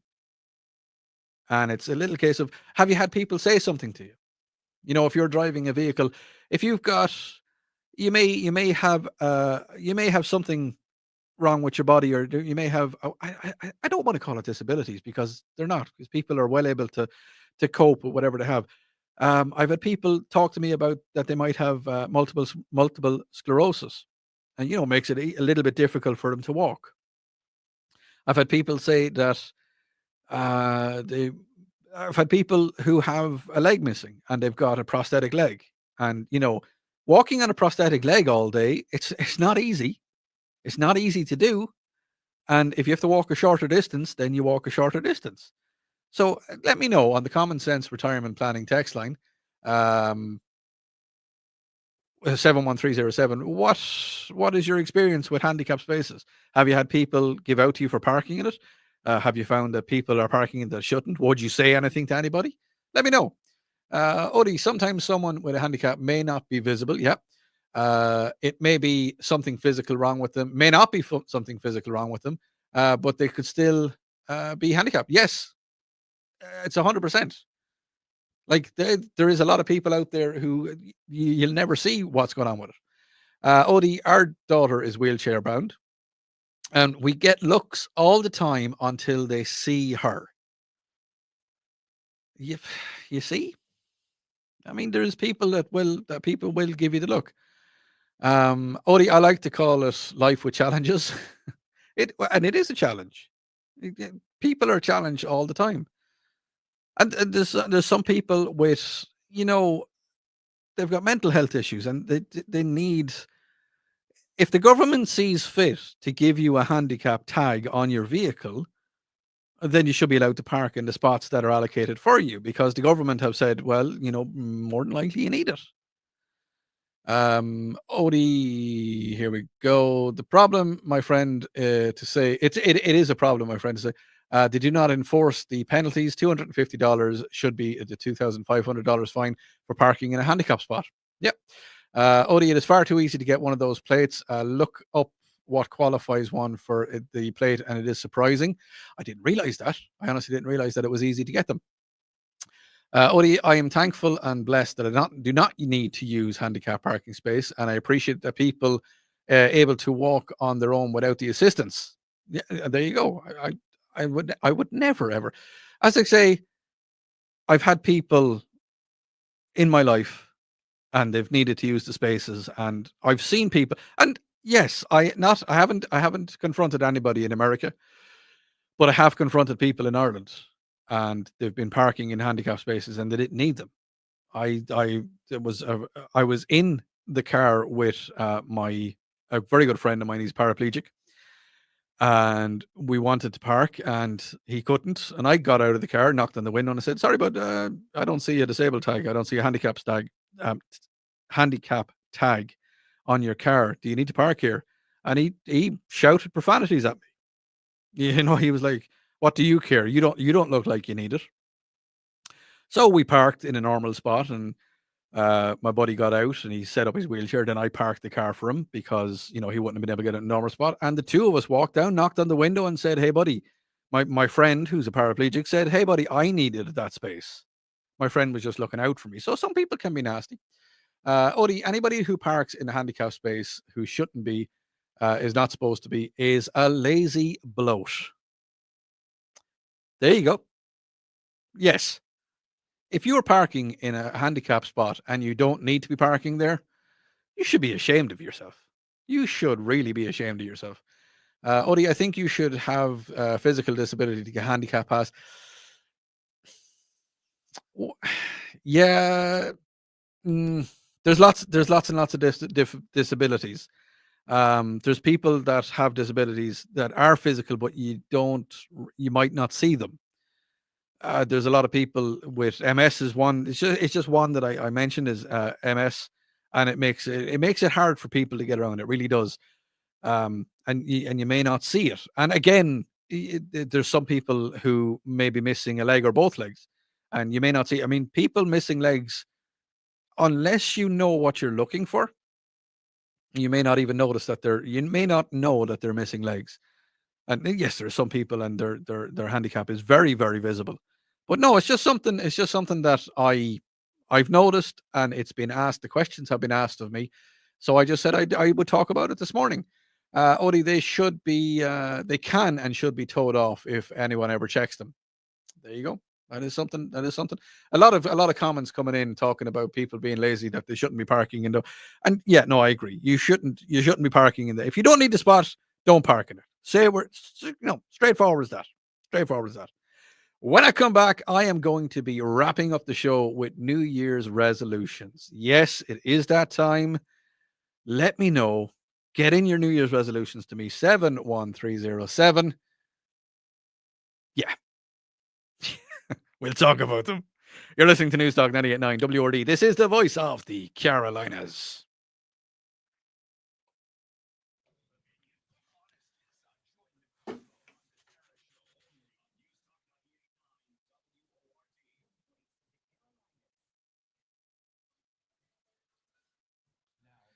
Dun-dun-dun-dun-dun.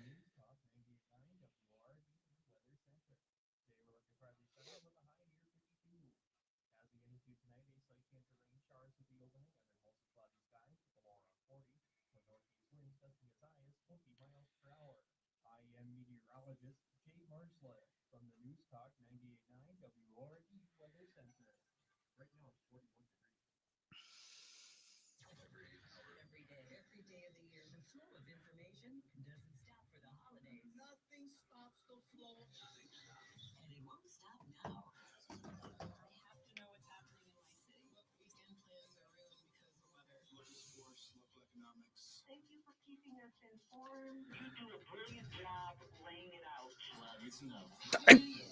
There you go.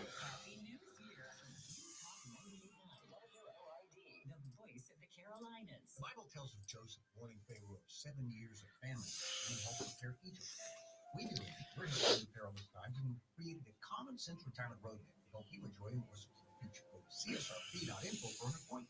Common sense is what defines them. Are you noticing these signs with an elderly loved one? House not as clean as it used to be, repeating the same story to you many times. Can't remember appointments or important dates like birthdays, trash not taken out, maybe dirty bed linen or beds not being made, medication bottles still full with none being taken, or random pills being found around the house. These may be signs that your loved one is beginning to need a little assistance. And that's what the ladies at Hands Through Us Home Care are so good at. Dina Dillard and Lisa Parsons have a combined 38 years experience in the home care industry as nurses, including taking care of their own elderly parents at home. And they can help you assess what you need to do to keep your loved one independent and functioning. They offer everything from bathing, grooming, dressing, supervision, meal preparation, light housekeeping, laundry, errand services, all the way on up to 24-hour care. For a free assessment of your loved one's needs, give them a call, 864-609-4336. That's 864-609-4336. Or find them online, handsthroughushomecare.com. That's handsthroughushomecare.com.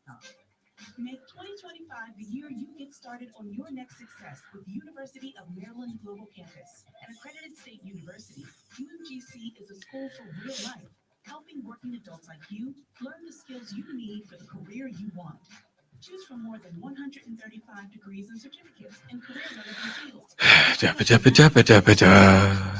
learning and life transfer up to 12 credits toward a master's. We offer scholarships, affordable tuition, and online and hybrid classes, all with the support you need from your first day to graduation day and beyond. Oh, let's do the last bit of radio. Apply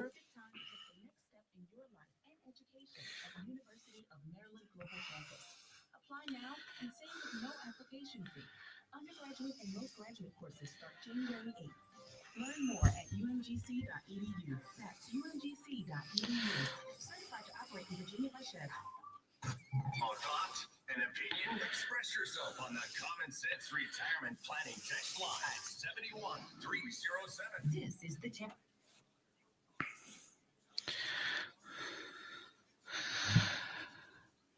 Hi, very welcome back. Odie here in for Tara. Tara will be back next week. Now, we were talking about handicap parking spaces. Good morning, Odie. I totally agree with with you about the handicapped parking spaces. People parking that shouldn't. People also need to realize that if you have a handicapped placard plate on your car, that is supposed to be you going into the store, and if your granddaughter, grandfather, whatever, or a grandchild drives you to the store and then they go in, and you stay in the car, you are not allowed to park there, which is fair enough. I understand that 100%. Odie, I have asthma and sciatica, but I do not have a handicap tag. Thankfully, my late husband did, and my son has one. Otherwise, there would be times where I would not be able to go out and about. Odie, my wife has a handicap placard. Sometimes when we go to the store, she will say that she is not coming in with me, and I will just wait here. And if she's not going into the store, I don't park in a handicap spot. And fair enough. It is. So look at just all right. Sit right back and just listen to this for 1 second. If you don't need to park in a handicap spot, don't. Be a little bit thoughtful. Be a little bit kind of open-minded. Leave them for people that need them. Okay? We're going to leave it at that. Now, seeing as this is the last section of the show, I'm going to have a little conversation with you. What are your New Year's resolutions? Let me know your New Year's resolutions. What have you got coming up? Well, Odie's New Year resolution, because, it's getting there, and I'm going to stick to it this year as best I can. Since I came to America and the American food, yes, barbecue, I'm talking to you. Yes, I'm talking to you. Barbecue is good. We like barbecue. It's good food. Steaks are good. French fries are good.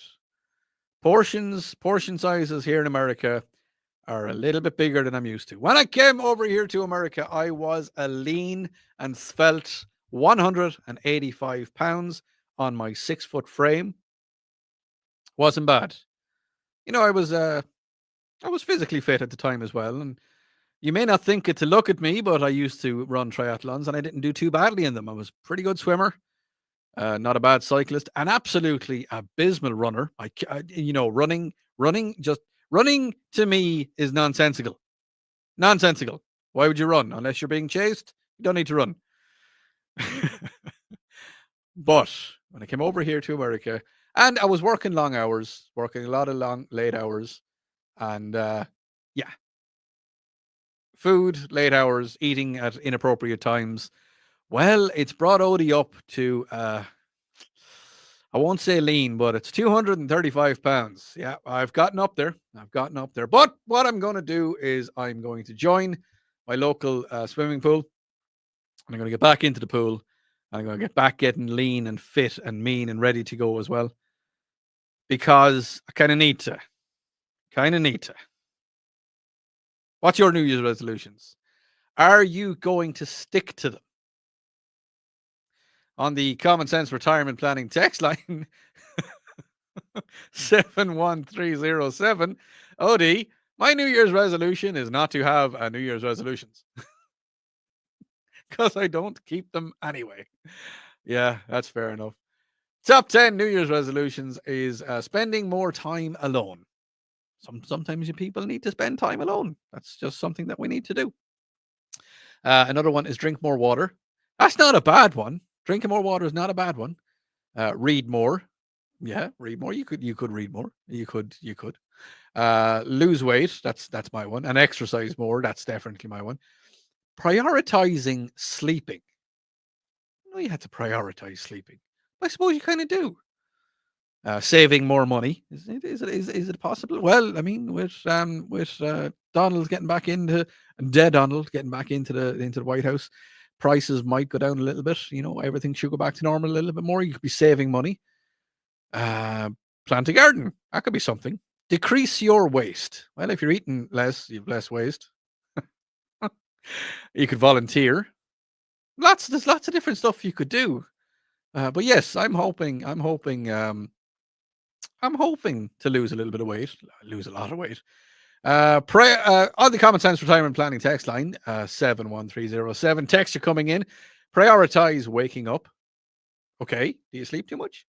Somebody just says, Oli. Yeah, well, I'll take it. Odie, I'm going to use less social media. Fair enough. Odie, the Brasstown gathering in Oconee County is the... No, look it. The Brasstown gathering place in Oconee County may be the best barbecue ever. But here's the thing. We're trying not to do that. You know, because I mean, there's a bit of rotundness about Odie. Odie's got man boobs. Yeah. Didn't have them before. Somebody says, Odie, shame. I'm going to work on it. I am going to work on it. Somebody else said, Odie, Bram Stoker's Dracula is way better than the new Nosferatu. Well, look it. That's fair enough. That's up to you. Odie, I'm going to try my best to get out walking every day.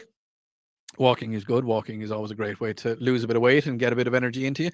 I believe as well, if you know, I've been suffering a little bit from back pain lately, but it's probably because my my body mass has increased and just trying to get comfortable doing things. And yeah, it can happen. So no, that is my resolution, my New Year's resolution. Odie, my New Year's resolution is to relearn English grammar so I can learn foreign languages more easily. Don't, because English grammar will not help with foreign languages. Just to let you know, Irish is nothing to do with English, and Irish is one of the hardest languages to learn. But yeah, Odie, I'm glad you're enjoying American food and way of life. My New Year's resolution is getting back to regular exercise. Shannon in Ireland is beautiful. Yes, it is. Shannon is a great town in Ireland. All that's left for me now is to say thank you very much for tuning in. Really appreciate it. Tara will be back next week, and I will be back on Saturday night with the boys from the Upstate Pulse. So make sure you join in the fun and craziness that happens there. All that's left for me to say is thank you very much. Slán a bhaile. Bye.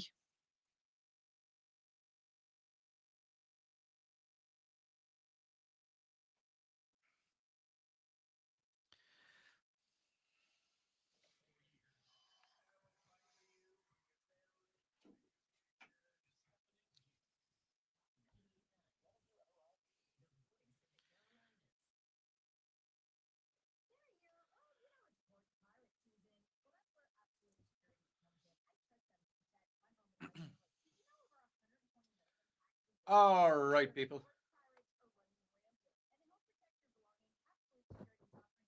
Thanks for tuning in. I'll be back on Saturday with Lonzo and the guys, and I will be back on Sunday for my own show.